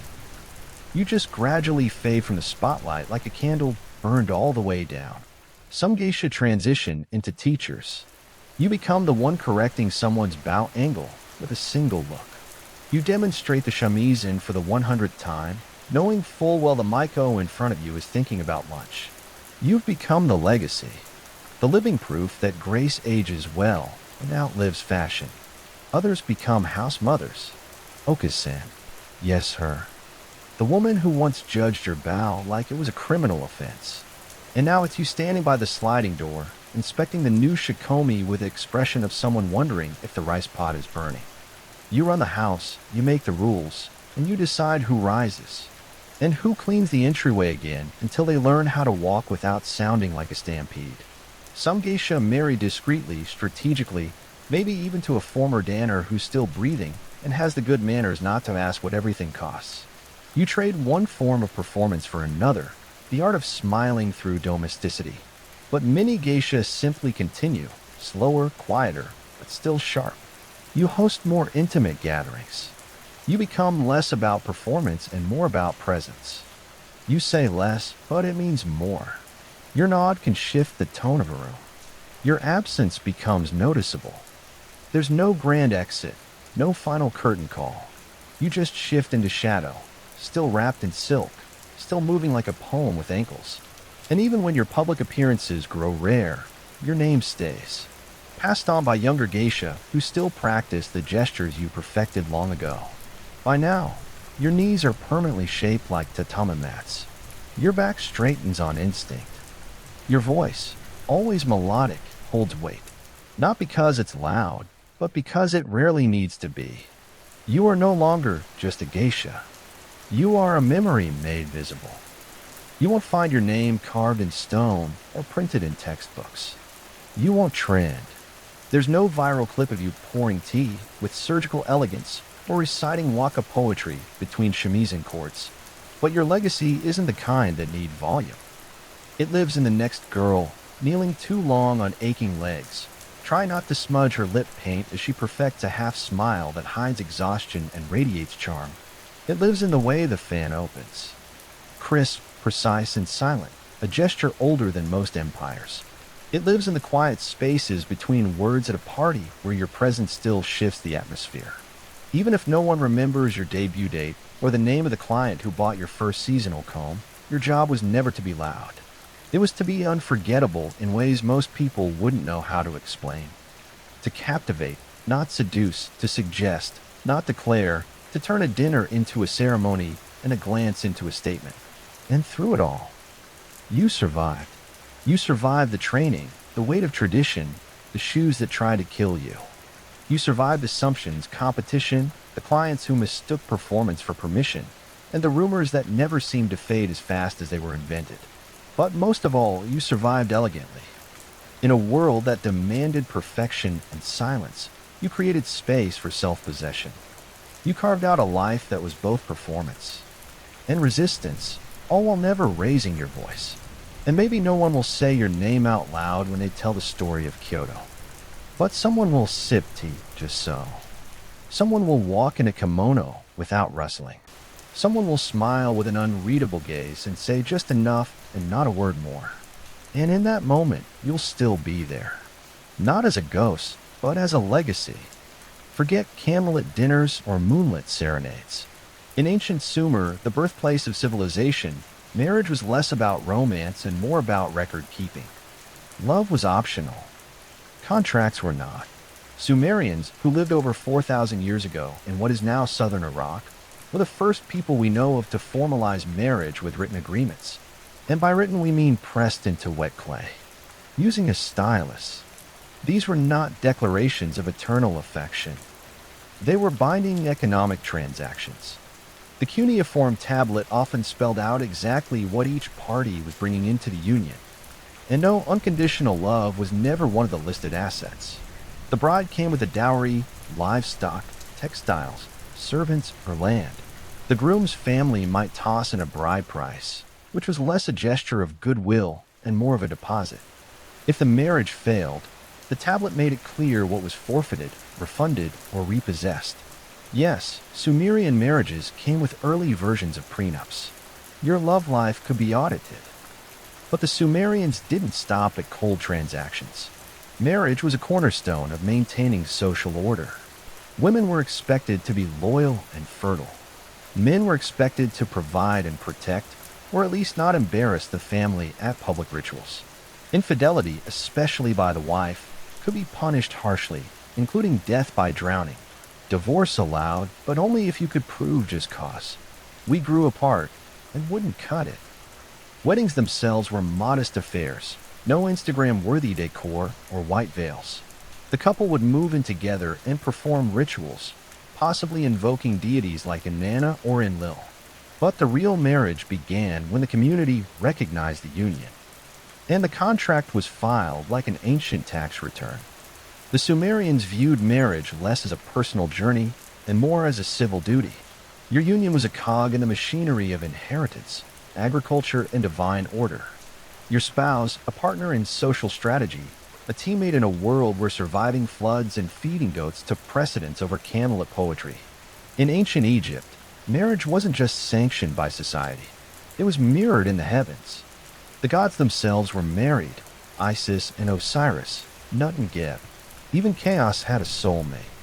Egyptians believed that divine pairs maintained cosmic balance, and human marriages were expected to do the same. That's a lot of pressure for a couple trying to keep the household cats from eating the sacred grain. Marriage was seen as the ideal social state. A man was expected to marry young, ideally before he could do too much damage as a bachelor. Women married in their early teens, and while love may not have been the focus, companionship and affection were valued. Egyptian love poetry was surprisingly tender. One poem reads, "My heart flutters hastily when I think of you." Another says, "She has stolen my heart with her hair." Not exactly Tinder BOS, but it's something. Legal documents were often involved, especially among the upper class. Like the Sumerians, the Egyptians used contracts with clear stipulations about property, dowries, and divorce terms. But unlike Sumer, Egyptian women had notable legal rights. They could own property, initiate divorce, and sue their husbands for neglect. Queen or not, an Egyptian woman could drag her husband to court if he failed to provide bread, beer, or crucially oil. Incestuous marriage was another curiosity. Especially among royals, pharaohs routinely married their sisters. And no, it wasn't because of a limited dating pool. The reason? To emulate the gods. Just as Isis married her brother Osiris, a royal union between siblings was believed to preserve divine bloodlines. Sacred genes, along with a side of genetic risk. Wedding ceremonies themselves weren't elaborate. There was no priestly blessing or public spectacle. A couple was considered married once they moved in together and cohabited. That's it. No doves, no cake, and certainly no throwing of bouquets. The gods didn't need fanfare to approve. Children were the central goal of marriage. Not love, not partnership, not personal fulfillment. Just heirs. The more the better. If your wife couldn't conceive, you might take a concubine or marry a second woman. Love optional. Lineage essential. In most ancient cultures, marriage was a family affair. In Sparta, it was a military operation. If Sumerian marriage was a business deal and Egyptian marriage a divine mimicry, then Spartan marriage was a survival tactic wrapped in state propaganda and six-pack abs. Here's how it worked. Spartan boys were taken from their families at age 7 and tossed into the gorge, the brutal training system designed to produce elite warriors who could kill with a spoon and eat raw roots without flinching. Girls, meanwhile, were trained too, in wrestling, javelin throwing, and sarcastic one-liners. The idea wasn't just strength for strength's sake, it was about producing healthy offspring. A weak child was a liability. A strong child was a future Spartan. So marriage wasn't about candlelight or meeting the one. It was state-mandated breeding. The state even scheduled the ideal marriage age around 30 for men, early teens for women. Romantic, no. The wedding ceremony was as strange as you'd expect from people who thought iron bars made good currency. Here's how it went. The bride's head was shaved, and she was dressed in a man's cloak and sandals. Then she was left alone in a dark room. The groom would sneak in at night, consummate the marriage, and then sneak back out before sunrise, returning to his all-male barracks. Yes, even after marriage, Spartan men didn't live with their wives. The relationship was built on secrecy and quick visits, like ancient Tinder with a curfew. Why all the cloak and dagger? The idea was to keep desire alive. Too much familiarity might make men soft, and softness had no place in Sparta. The mystery kept the spark going, or so the logic went. Though modern therapists might have questions, despite the odd rituals, Spartan women had more power than most ancient counterparts. They could own land, run estates, and insult men in public without being executed. Love poems weren't popular, but they were. Spartan women were famously sharp-tongued. One told her husband, "Come back with your shield or on it." That's basically the ancient Greek version of, "Don't embarrass me." In ancient India, marriage was more than a personal union. It was a sacred duty, a spiritual journey governed by Dharma, the cosmic law. Rooted in the Vedic tradition, marriage was considered one of the key rites of passage, a samskara, necessary for fulfilling one's responsibilities to family, ancestors, and society. Marriage was not entered into lightly. It wasn't merely a contract between two individuals, but a bond between two families, two lineages, and sometimes two entire villages. It was meant to uphold Varnadharma, the social and moral order, ensuring stability through caste alignment, ritual propriety, and mutual obligation. Arranged marriages were the norm, and horoscopes played a central role in matching partners. Astrologers examined the alignment of stars and planets to determine compatibility. The idea was that cosmic harmony would lead to earthly peace. A good match was believed to bring prosperity not just to the couple, but to the entire household. The wedding ceremony was a complex, symbolic ritual centered around Agni, the sacred fire. The couple would walk 7 steps, the Saptapadi, around the fire, taking vows at each step to nourish one another, to grow in strength, to share in wealth, to be righteous, to raise strong children, to enjoy the seasons of life together, and to remain lifelong companions. With these steps, the two were considered spiritually united. The wife, known as Sridharma Patni, was expected to be both a partner and a moral guide. She managed the household, performed religious duties, and was central to preserving the family's ritual purity. Her role, though domestic, was seen as spiritually vital. The husband was expected to protect, provide, and uphold Dharma through his own conduct. Polygamy existed, especially among the elite, but monogamy was considered ideal. Widows were expected to lead a life of austerity, although practices varied over time and region. The controversial custom of sati, where a widow self-immolated on her husband's pyre, was rare in ancient times and emerged much later, largely outside Vedic ideals. In ancient China, marriage was not a private affair. It was a deeply structured institution rooted in Confucian principles, ancestral worship, and family hierarchy to marry. It was not simply to fall in love or to raise a family. It was to honor the past and secure the future under the ever-watchful eyes of both the living and the dead. The primary purpose of marriage was continuity of the family line. Filial piety Shao demanded that a son marry and produce male heirs to maintain ancestral rights. If a man failed to do so, he not only disappointed his parents, but risked disrupting the family's spiritual duties. Ancestors had to be fed and honored. A childless home was a broken chain in the lineage, a cause for shame and cosmic imbalance. Marriage decisions were never made by the young couple. Families employed matchmakers who negotiated the terms, inspected backgrounds, and consulted astrological charts. A marriage without proper celestial alignment was considered risky. Compatibility wasn't about chemistry, but about heavenly timing and earthly duty. The 6 rites of traditional Chinese marriage reflected this ceremonial complexity. It began with a proposal, then name exchange, divination, betrothal gifts, setting the date, and finally the ceremony itself. Each step involved rituals, symbolism, and precise communication between families, a process that could take months, even years. On the wedding day, the bride wore red, the color of joy and luck, and traveled in a decorated sedan chair to the groom's house. She was veiled, silent, and ceremonially passive. Upon arrival, the couple bowed 3 times to heaven and earth, to the parents, and finally to each other. These bows signified the order of loyalty. Cosmos first, then family, then self. Once married, the wife entered her husband's household and was expected to obey his parents as her own. Her duty was to bear sons, manage domestic affairs, and serve quietly. While some women gained respect with age or motherhood, their position remained within a clearly defined patriarchal framework. Divorce was rare and shameful.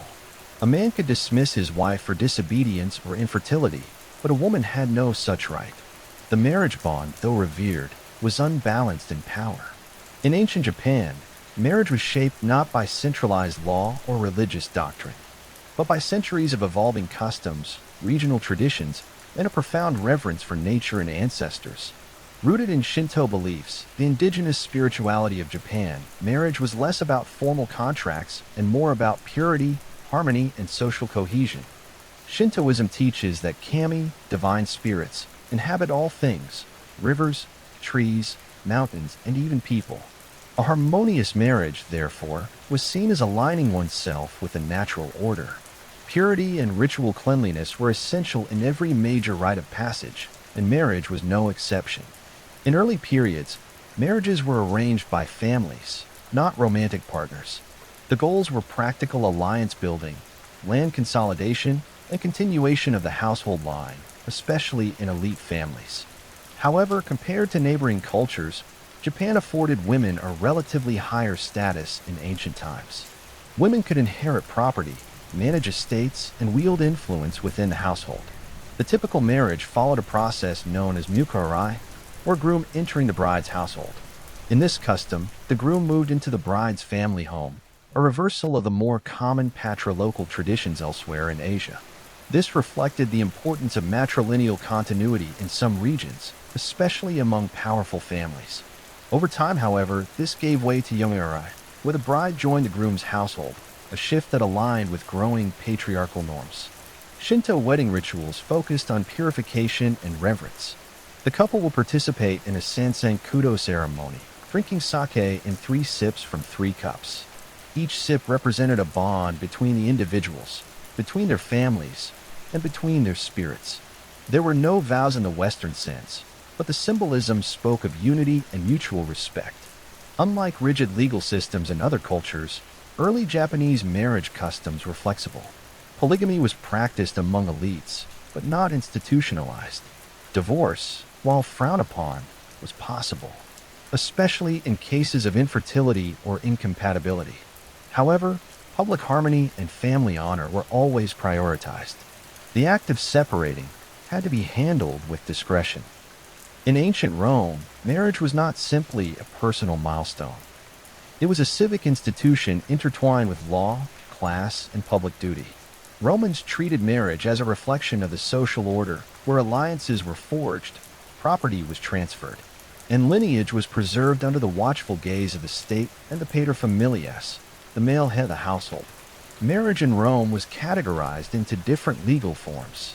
The most traditional was cum manu, where the wife left her family and came under the legal authority or manus of her husband or his father. She was no longer legally part of her natal family and became akin to a daughter in her husband's household. Her property became his form, however, gradually faded in favor of sine manu, in which the wife remained under the authority of her father and retained greater legal independence. This shift reflected evolving attitudes and the increasing economic power of elite Roman women. Marriage ceremonies were marked by ritual and symbolism. The bride wore a flame-colored veil called a flammeum, and her hair was parted into 6 locks with a spear, a nod to tradition and the martial roots of Roman culture. The joining of hands, dextrum junctio, symbolized the union, and offerings were made to household gods, especially Juno, the goddess of marriage. A formal procession led the bride to her new home, where she was welcomed with fire and water, emblems of purity and life. For Roman elites, marriage was a political tool. Senators and nobles used marriages to cement alliances and secure influence. Personal affection, while not irrelevant, was often secondary. Even emperors arranged marriages for political leverage, frequently disregarding their own preferences. Women in Roman marriages were expected to be modest, loyal, and dedicated to running the household. However, Roman women, especially under sine new marriages, could own property, inherit wealth, and even initiate divorce. Divorce was common and socially acceptable, provided it was handled with dignity. "Where you are, Gaius, I am Gaia," the bride would once vow. But if things soured, parting ways was often as swift as declaring intent before witnesses. For the ancient Hebrews, marriage was not just a social contract. It was a sacred covenant guided by divine law. Rooted in the traditions of the Hebrew Bible, marriage was a cornerstone of religious life, lineage, and moral order. It was a relationship that reflected not only human connection, but also the enduring bond between the people of Israel and their God. Marriage was viewed as essential to fulfilling the commandment to be fruitful and multiply. It was expected of all men, and early marriage was the norm. Love, while valued, was not the foundation. Obedience to God and duty to family took precedence. A proper marriage preserved tribal identity, secured inheritance rights, and maintained the purity of the community. Arranged marriages were standard, negotiated between families with a focus on kinship ties, reputation, and property. A bride price, the moher, was paid by the groom to the bride's family, not as a purchase, but as a formal gesture of commitment and compensation. Women often married in their early teens, while men were slightly older, having established the means to support household.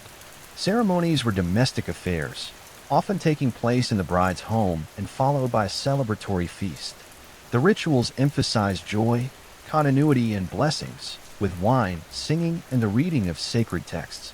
A written ketubah marriage contract outlined the husband's responsibilities to provide food, clothing, and conjugal rights. It also protected the wife's financial interests in case of divorce or widowhood. Though patriarchy defined much of Hebrew society, women held an honored position within the family structure.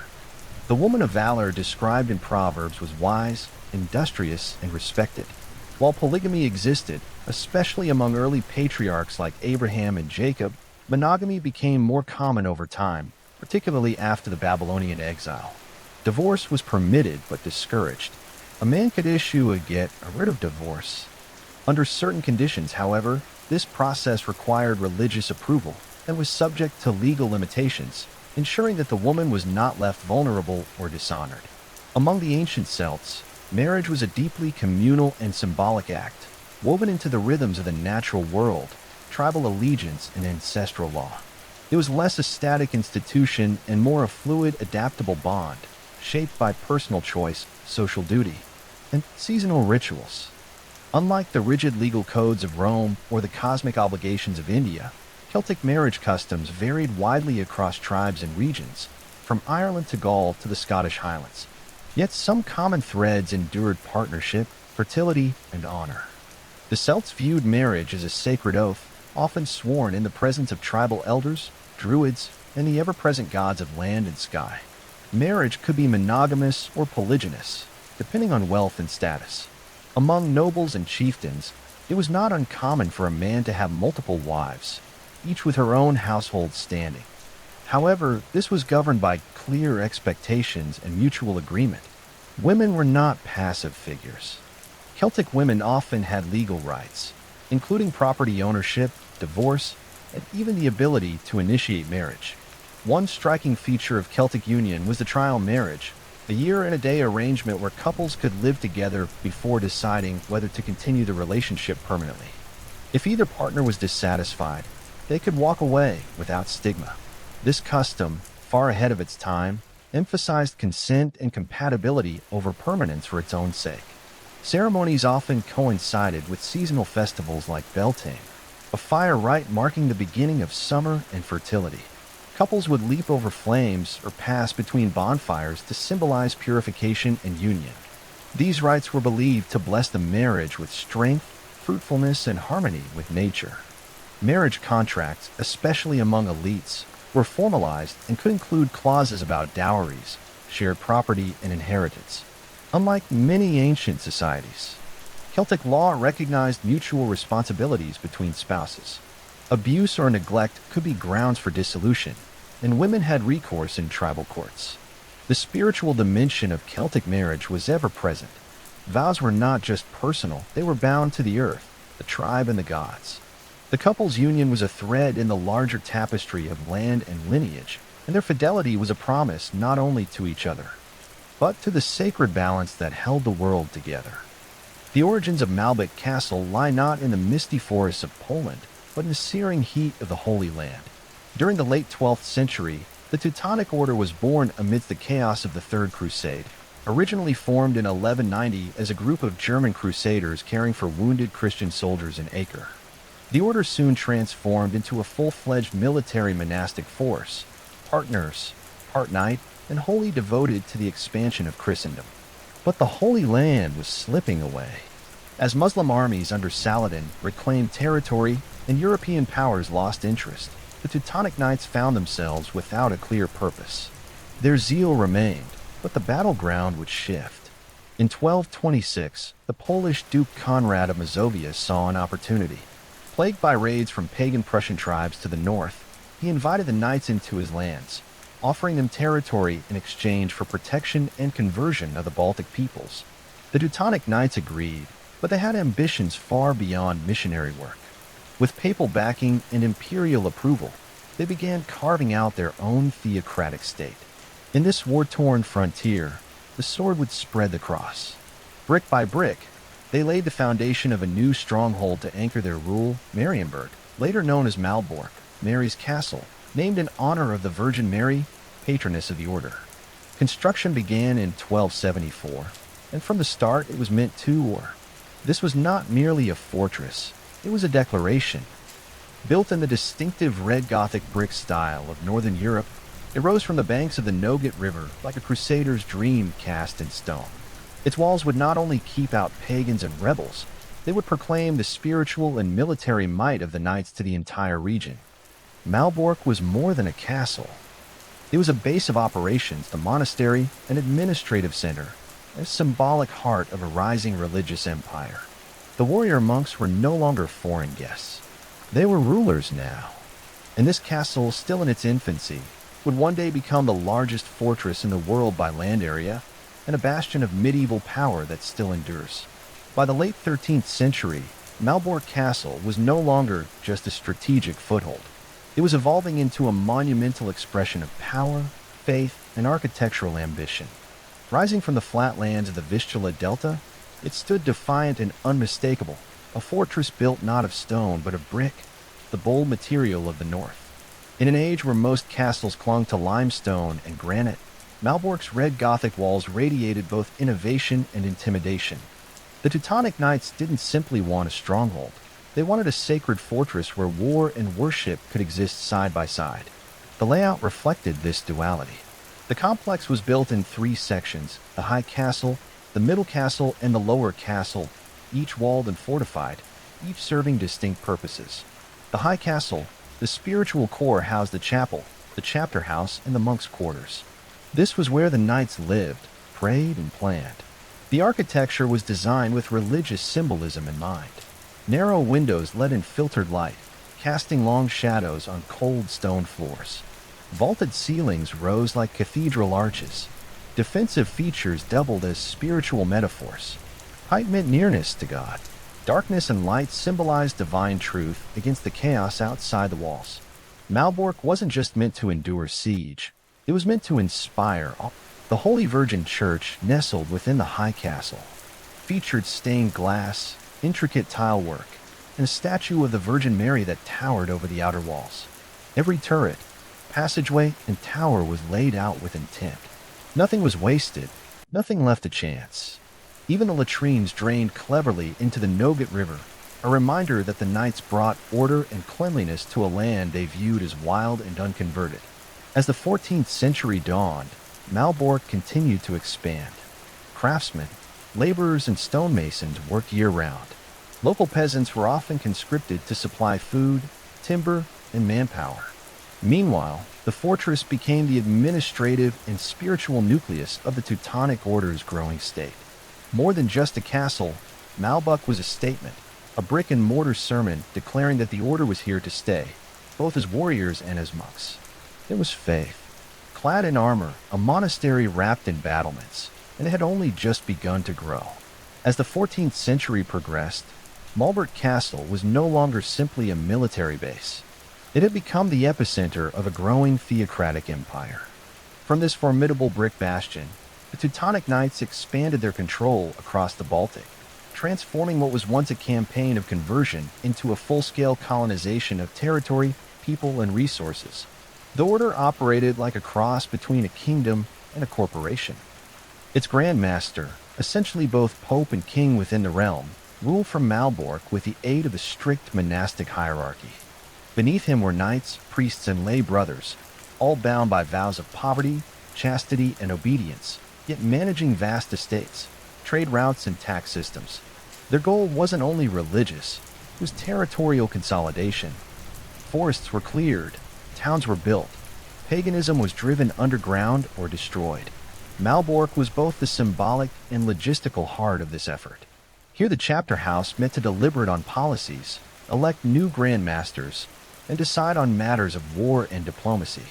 The castle's fortified treasury guarded gold, silver, and relics, all acquired through tithes, trade, or conquest. Its armories supplied swords and armor for new crusades into Lithuania and beyond. With its influence growing, the order styled itself as a civilizing force. Roads and bridges were constructed. Trade flourished along the Vistula River. German settlers were encouraged to migrate, establishing towns with Gothic cathedrals and markets modeled on the Holy Roman Empire. The region became known not for its pagan past, but for its rigid order. Under the strict rule of the Black Cross, but with power came enemies. Poland and Lithuania, still largely pagan and fiercely independent, resisted the order's expansion. While some converted willingly, others fought bitterly against forced baptism and foreign control. The borderlands became battlegrounds. Raids were frequent, tensions simmered.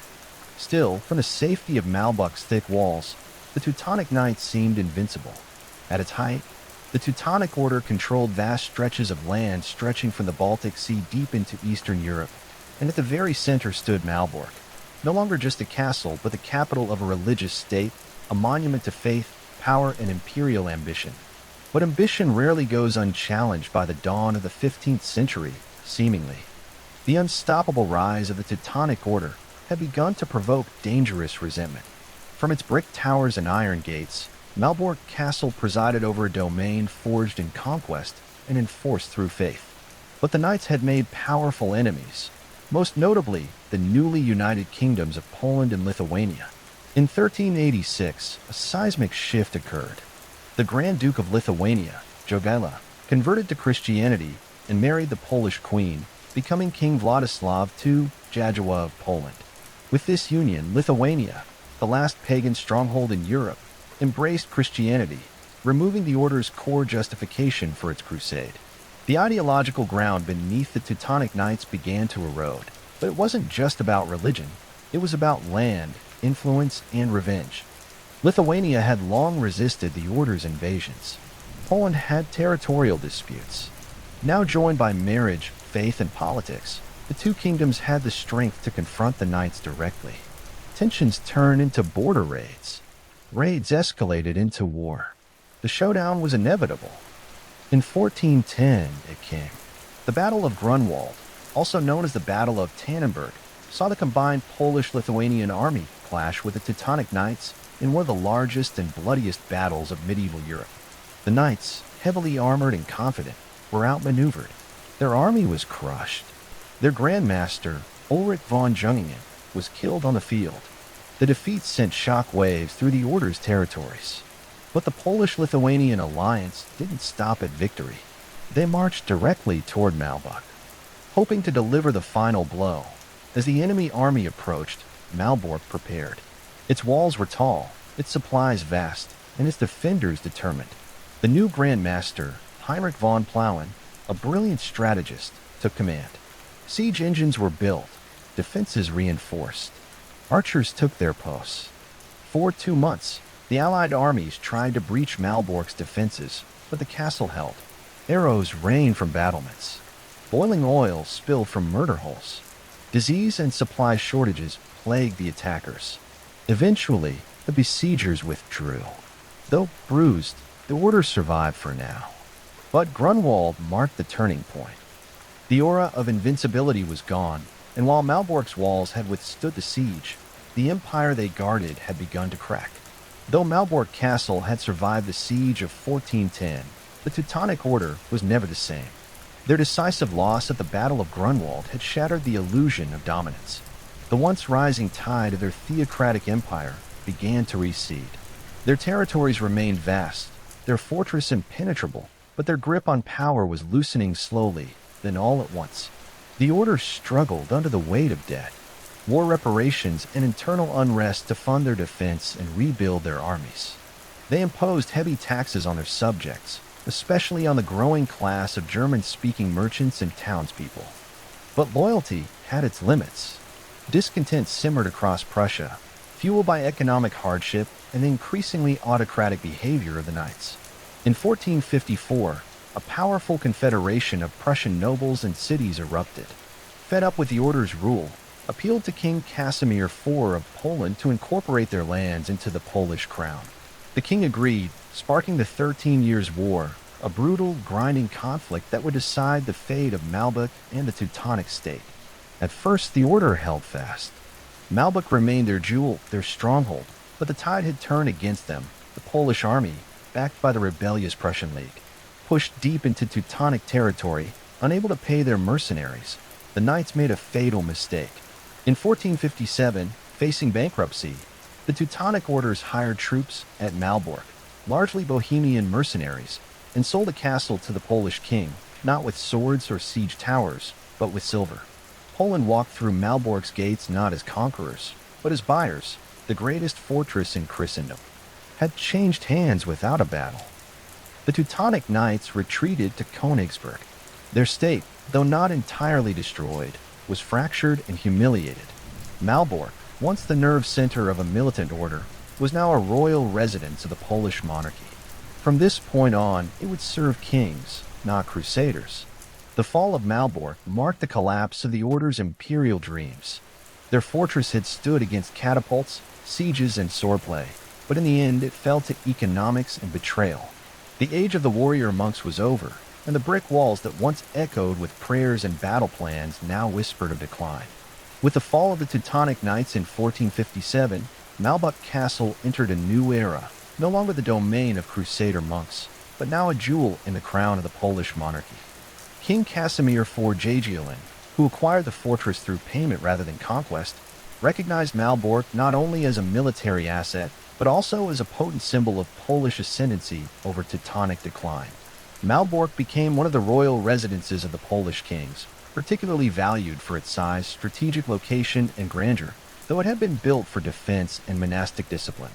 Its architecture lent itself surprisingly well to courtly life. The once austere halls of the knights were softened with tapestries and banners. Grand receptions and diplomatic gatherings replaced chapter meetings and war councils. The castle was integrated into the royal Prussian territories, which were semi-autonomous but loyal to the Polish crown. This placed Malbork at the heart of a multicultural and economically vibrant region. The castle's administrative functions shifted accordingly. Its armories gave way to treasuries, and its watchtowers monitored trade routes rather than warpaths. Under Polish rule, Malbork underwent selective renovations. New wings were added, and defensive features were updated to reflect the changing nature of warfare, particularly the rising threat of gunpowder. Cannon platforms and bastions were integrated into the older Gothic structures, blending medieval design with Renaissance pragmatism. Yet for all its prestige, Malbork's role as a royal residence was seasonal and ceremonial. The Polish kings maintained their primary court in Krakow or Warsaw, visiting Malbork occasionally to oversee affairs in Prussia or host visiting dignitaries. The castle became a symbol of unity and triumph, a reminder of Poland's victory over the order and its expanding influence in the Baltic region. Despite its reduced military significance, Malbork remained a key stronghold in the defense of northern Poland. It was garrisoned, maintained, and respected, but was no longer feared. The fortress had traded its monastic discipline for courtly ceremony, its warlike purpose for political prestige. Still, beneath the banners and fine garments, the thick walls and deep moats remained silent, enduring and waiting. Though the kings had come, the castle's days of peace would not last forever. By the early 17th century, Malbork Castle once again found itself caught in the crosswinds of war, this time not as a symbol of rising power, but as a coveted prize in the geopolitical chessboard of Northern Europe. The Swedish-Polish Wars, part of a broader struggle for dominance around the Baltic Sea, would test the fortress anew, Sweden. Under the ambitious kings Gustavus Adolphus and later Charles Leon Gustaf sought control of the Baltic coastline, the so-called Dominium Maris Baltici. Poland, with its sprawling but decentralized commonwealth, stood in the way. The wars between the two powers were long and bitter, driven by religious divides, dynastic rivalry, and the race for regional supremacy in 1626. The Swedes invaded Royal Prussia. Their disciplined, modernized army quickly advanced, capturing key cities and ports. Malbork, with its thick walls and strategic location along the Nogat River, became a major objective. Though fortified, the castle was no longer the unbreakable bastion it had been in the age of the Teutonic Knights. Cannon fire, now more powerful and accurate than ever before, could batter down even the sturdiest Gothic walls. In 1656, during the cataclysmic period known in Poland as the Deluge, Malbork finally fell. Swedish troops entered the fortress, not as besiegers this time, but through surrender. The castle, undermanned and poorly supplied, could not withstand a prolonged assault. Once again, Malbork changed hands without a dramatic battle, but the impact was no less severe. Under Swedish occupation, the castle was looted and partially damaged.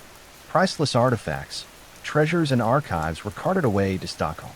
The once revered halls of diplomacy and faith echoed with the tramp of foreign boots for the Polish-Lithuanian Commonwealth. This loss was not just territorial, it was deeply symbolic. Malbork had stood as a triumph of Polish power for 2 centuries. Now it was another casualty of a nation under siege. The Swedes held the castle for several years, until Poland regained it as part of its eventual, though costly, recovery. But the damage had been done. Malbork was now a fortress marked by occupation, its role as a royal seat fading, its scars visible in shattered walls and empty chapels. War had returned, and Malbork had weathered the storm, but not unscathed. By the 18th century, Malbork Castle, once the beating heart of a military monastic state, and later a proud symbol of Polish kingship, had faded into quiet obscurity. The political world around it was unraveling. The Polish-Lithuanian Commonwealth, weakened by internal strife and foreign interference, faced its final partition in 1795, disappearing entirely from map. Malbork, like much of the region, was absorbed by the expanding kingdom of Prussia. Under Prussian rule, the castle's strategic importance had all but vanished. Gunpowder warfare had rendered medieval fortresses largely obsolete. Malbork was no longer a royal seat, no longer a symbol of conquest.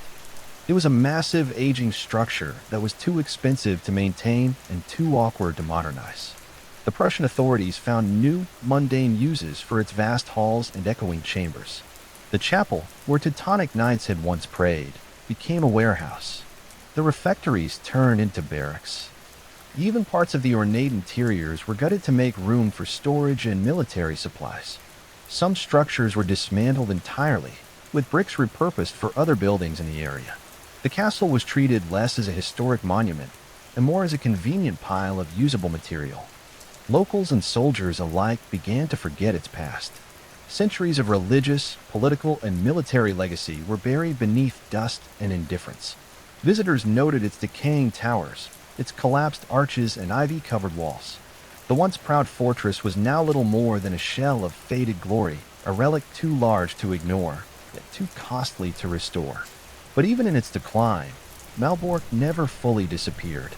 Travelers from Germany and beyond occasionally came to marvel at its size, sketch its silhouette, and wonder at its forgotten grandeur.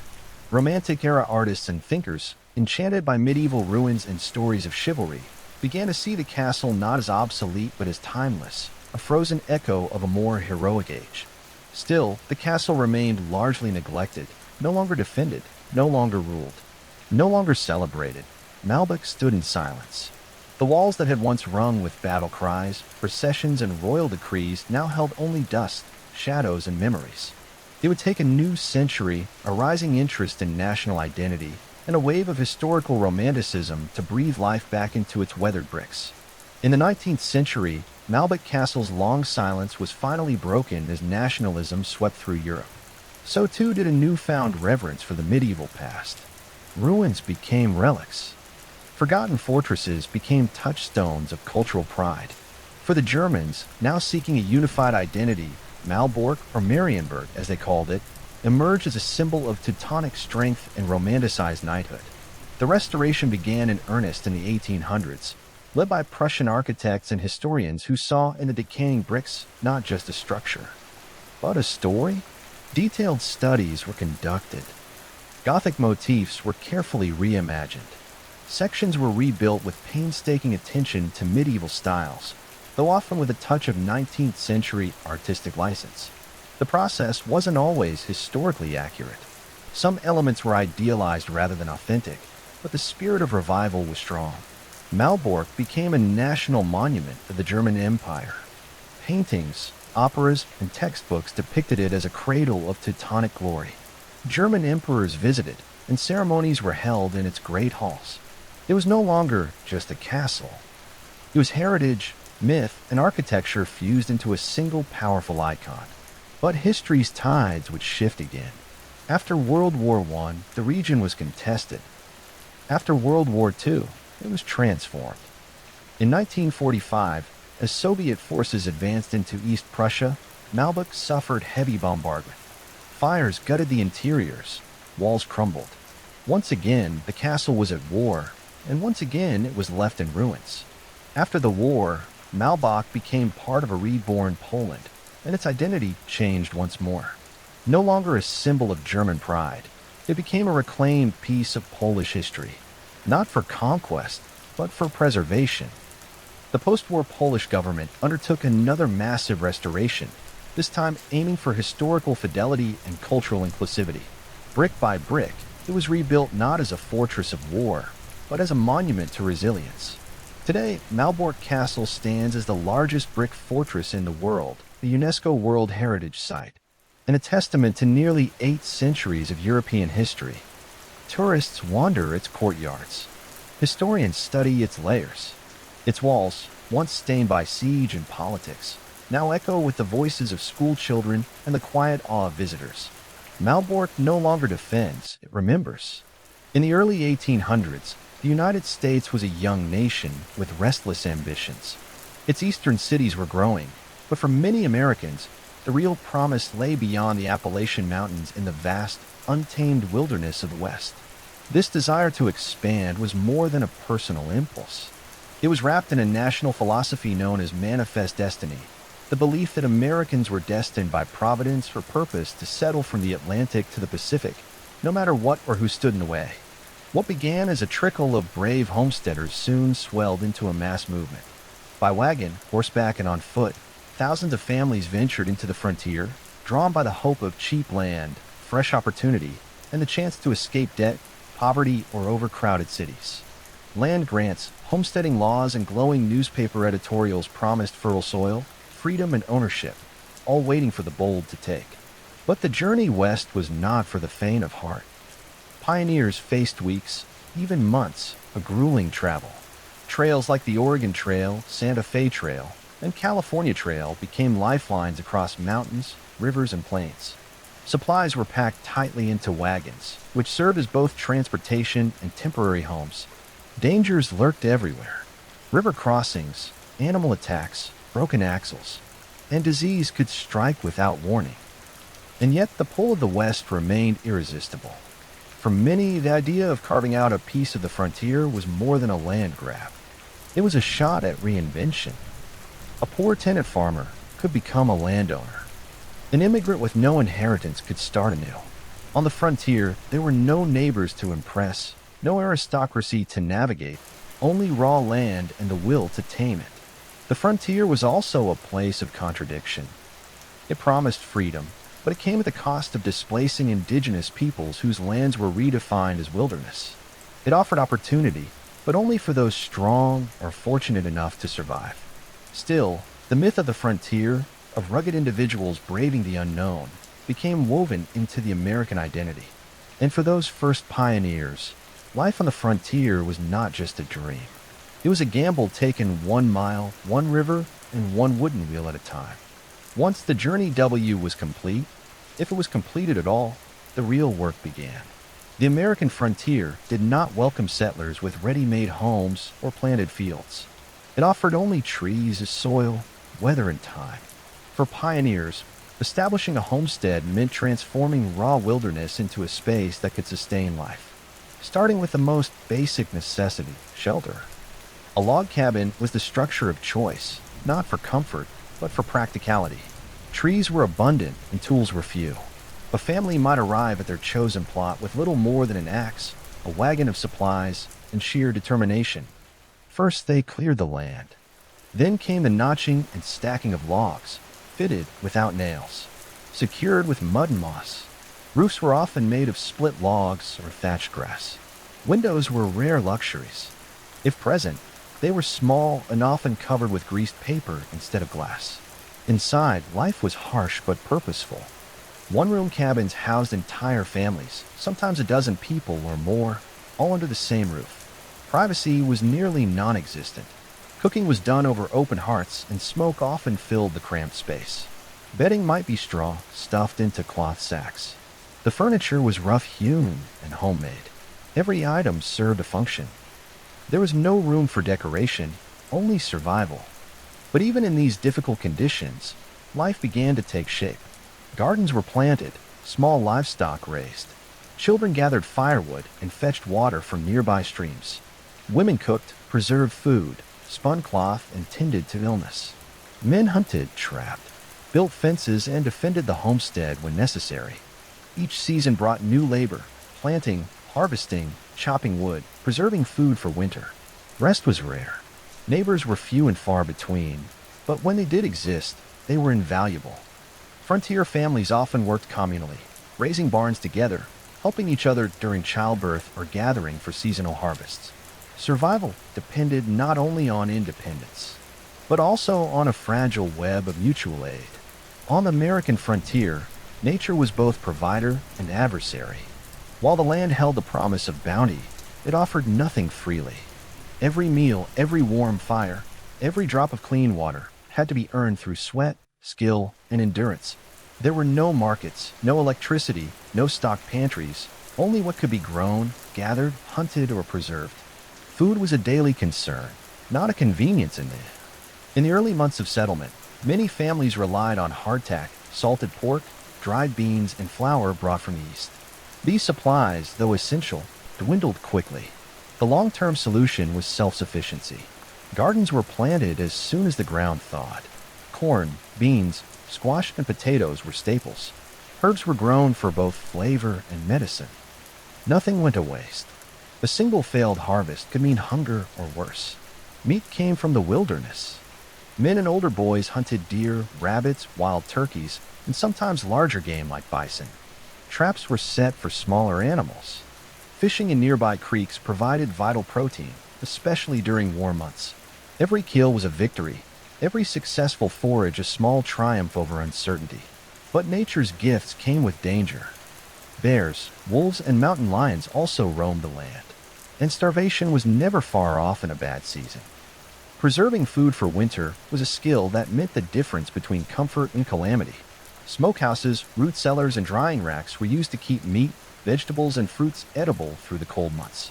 Women boiled jars of jam, cured pork with salt, and pickled anything that could fit in a barrel. Firewood was stacked high by autumn. The hearth was the center of warmth, cooking, and life itself. The weather was unpredictable and often unforgiving. Torrential rains could flood crops. Blizzards could isolate families for weeks. Droughts turned gardens to dust. Lightning struck cabins. Tornadoes flattened them. Illness spreads rapidly when water freezes or spoils. There were no safety nets, only preparation, luck, and resilience. While life on the frontier is often remembered as solitary and rugged, few pioneers truly lived in total isolation. Survival might begin with a single cabin, but over time, scattered homesteads grew into something more, communities bound by necessity, trust, and the shared challenge of taming the land. Neighbors, though miles apart, were lifelines. In the absence of formal institutions, frontier families relied on one another. Barn raisings, harvests, log rollings, and quilting bees were more than chores. They were social events. A dozen men could raise a structure in a day. Women would prepare food, care for children, and offer news from miles away. These moments built bonds stronger than fences. They made survival a shared effort. Without newspapers, telegraphs, or town criers, news traveled by word of mouth. A traveling trader or a visitor from a nearby settlement could bring stories from hundreds of miles away. Political changes, rumors of war, sightings of native tribes, or news of a harsh winter coming. Such information passed from cabin to cabin like wildfire. When a family received a letter, it was often read aloud multiple times to friends and neighbors, becoming a shared window into the world beyond. Religion played a unifying role. Itinerant preachers, often called circuit riders, traveled long routes, delivering sermons in cabins, barns, or open fields. Families would walk for hours just to attend a Sunday service, turning it into a full-day event of prayer, song, and fellowship. Faith provided comfort and moral structure in a world where law was still taking root. Education was scarce but valued when enough children lived nearby. Families might band together to build a one-room schoolhouse. A young woman or older child might teach using a Bible, a slate, and whatever few books were available.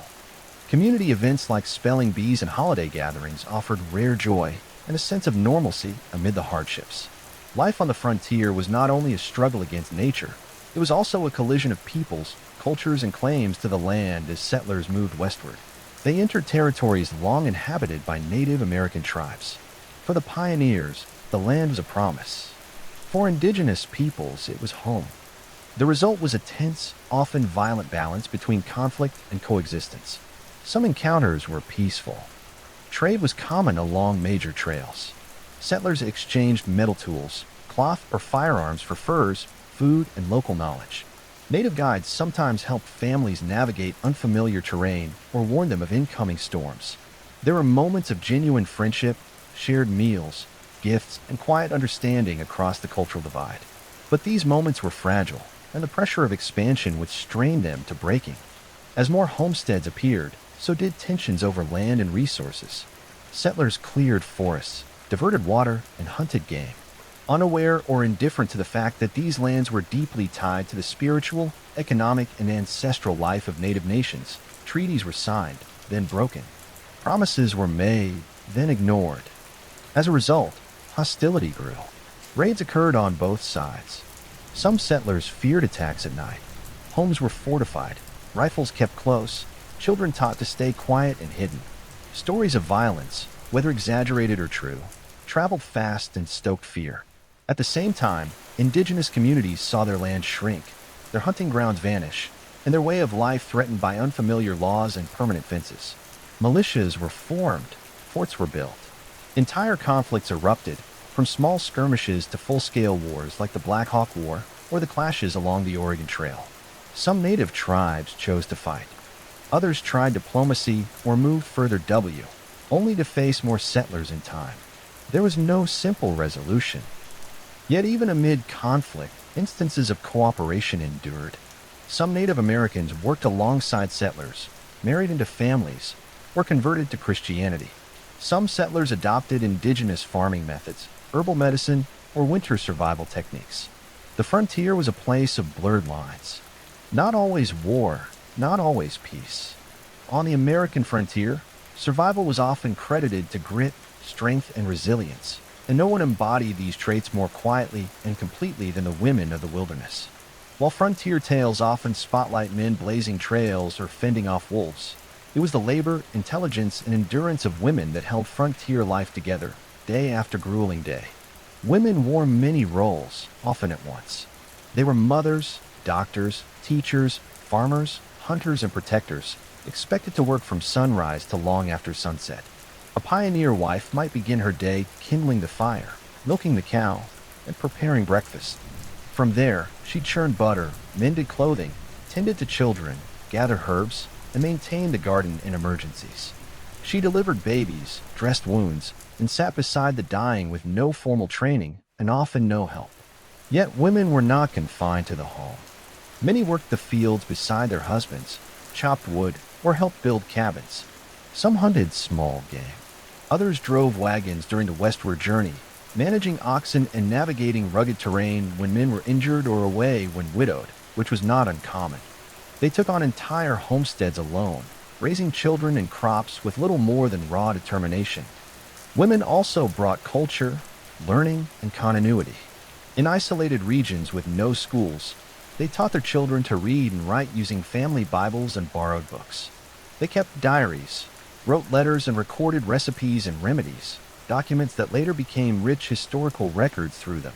We see the human side of the frontier, the longing for community, the struggle against loneliness, the quiet pride in a well-baked loaf or a warm quilt. They also formed the spiritual and emotional core of many frontier communities. Women organized prayer meetings, holiday gatherings, and mutual aid networks. When a neighbor was ill, they brought broth and comfort.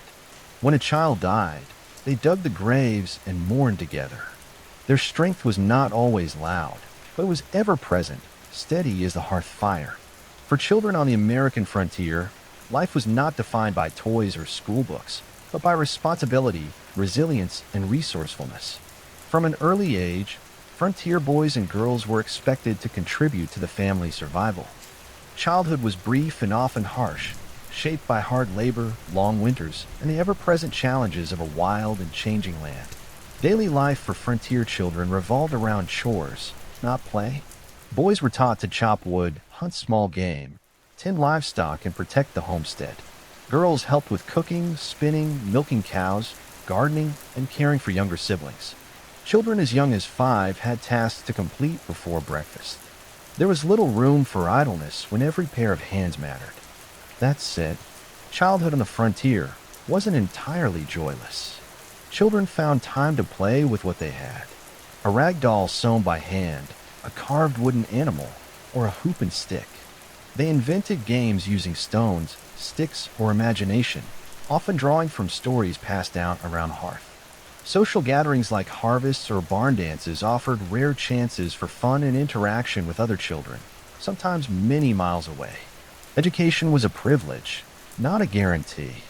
In many regions, there were no schools at all. Where schools did exist, they were often one-room cabins with a single teacher instructing children of all ages. Lessons were short, and school terms were often scheduled around planting and harvest seasons. Books were rare, paper even rarer. Children learned by reciting aloud, writing on slates, and memorizing verses, often from the Bible. Despite the hardships, frontier life instilled values that children carried into adulthood: self-reliance, discipline, thrift, and toughness.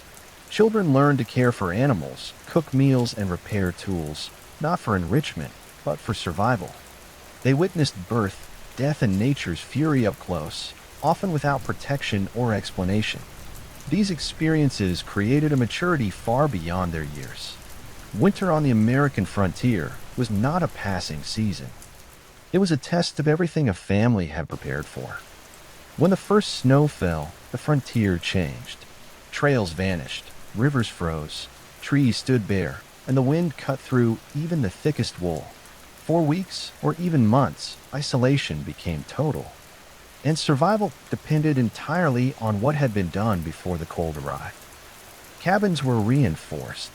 Cracks in the walls were stuffed with moss, clay, or cloth. Firewood was stacked high, cords and cords of it, because once the snow came, going out for more could mean frostbite or worse. The heart became the heart of the home. Its fire burned day and night, warming the cabin, cooking the food, and offering a fragile sense of normalcy amid the cold. Food preservation was critical. Families who failed to salt enough meat, dry enough vegetables, or store enough grain often went hungry. Root cellars were dug deep, insulated with straw, and stocked with potatoes, onions, and jars of preserves. The meals were simple but heavy. Stews, cornbread, dried fruit, and beans meant to stretch as far as possible, but beyond hunger and cold. Loneliness posed its own danger. Weeks might pass without seeing another soul.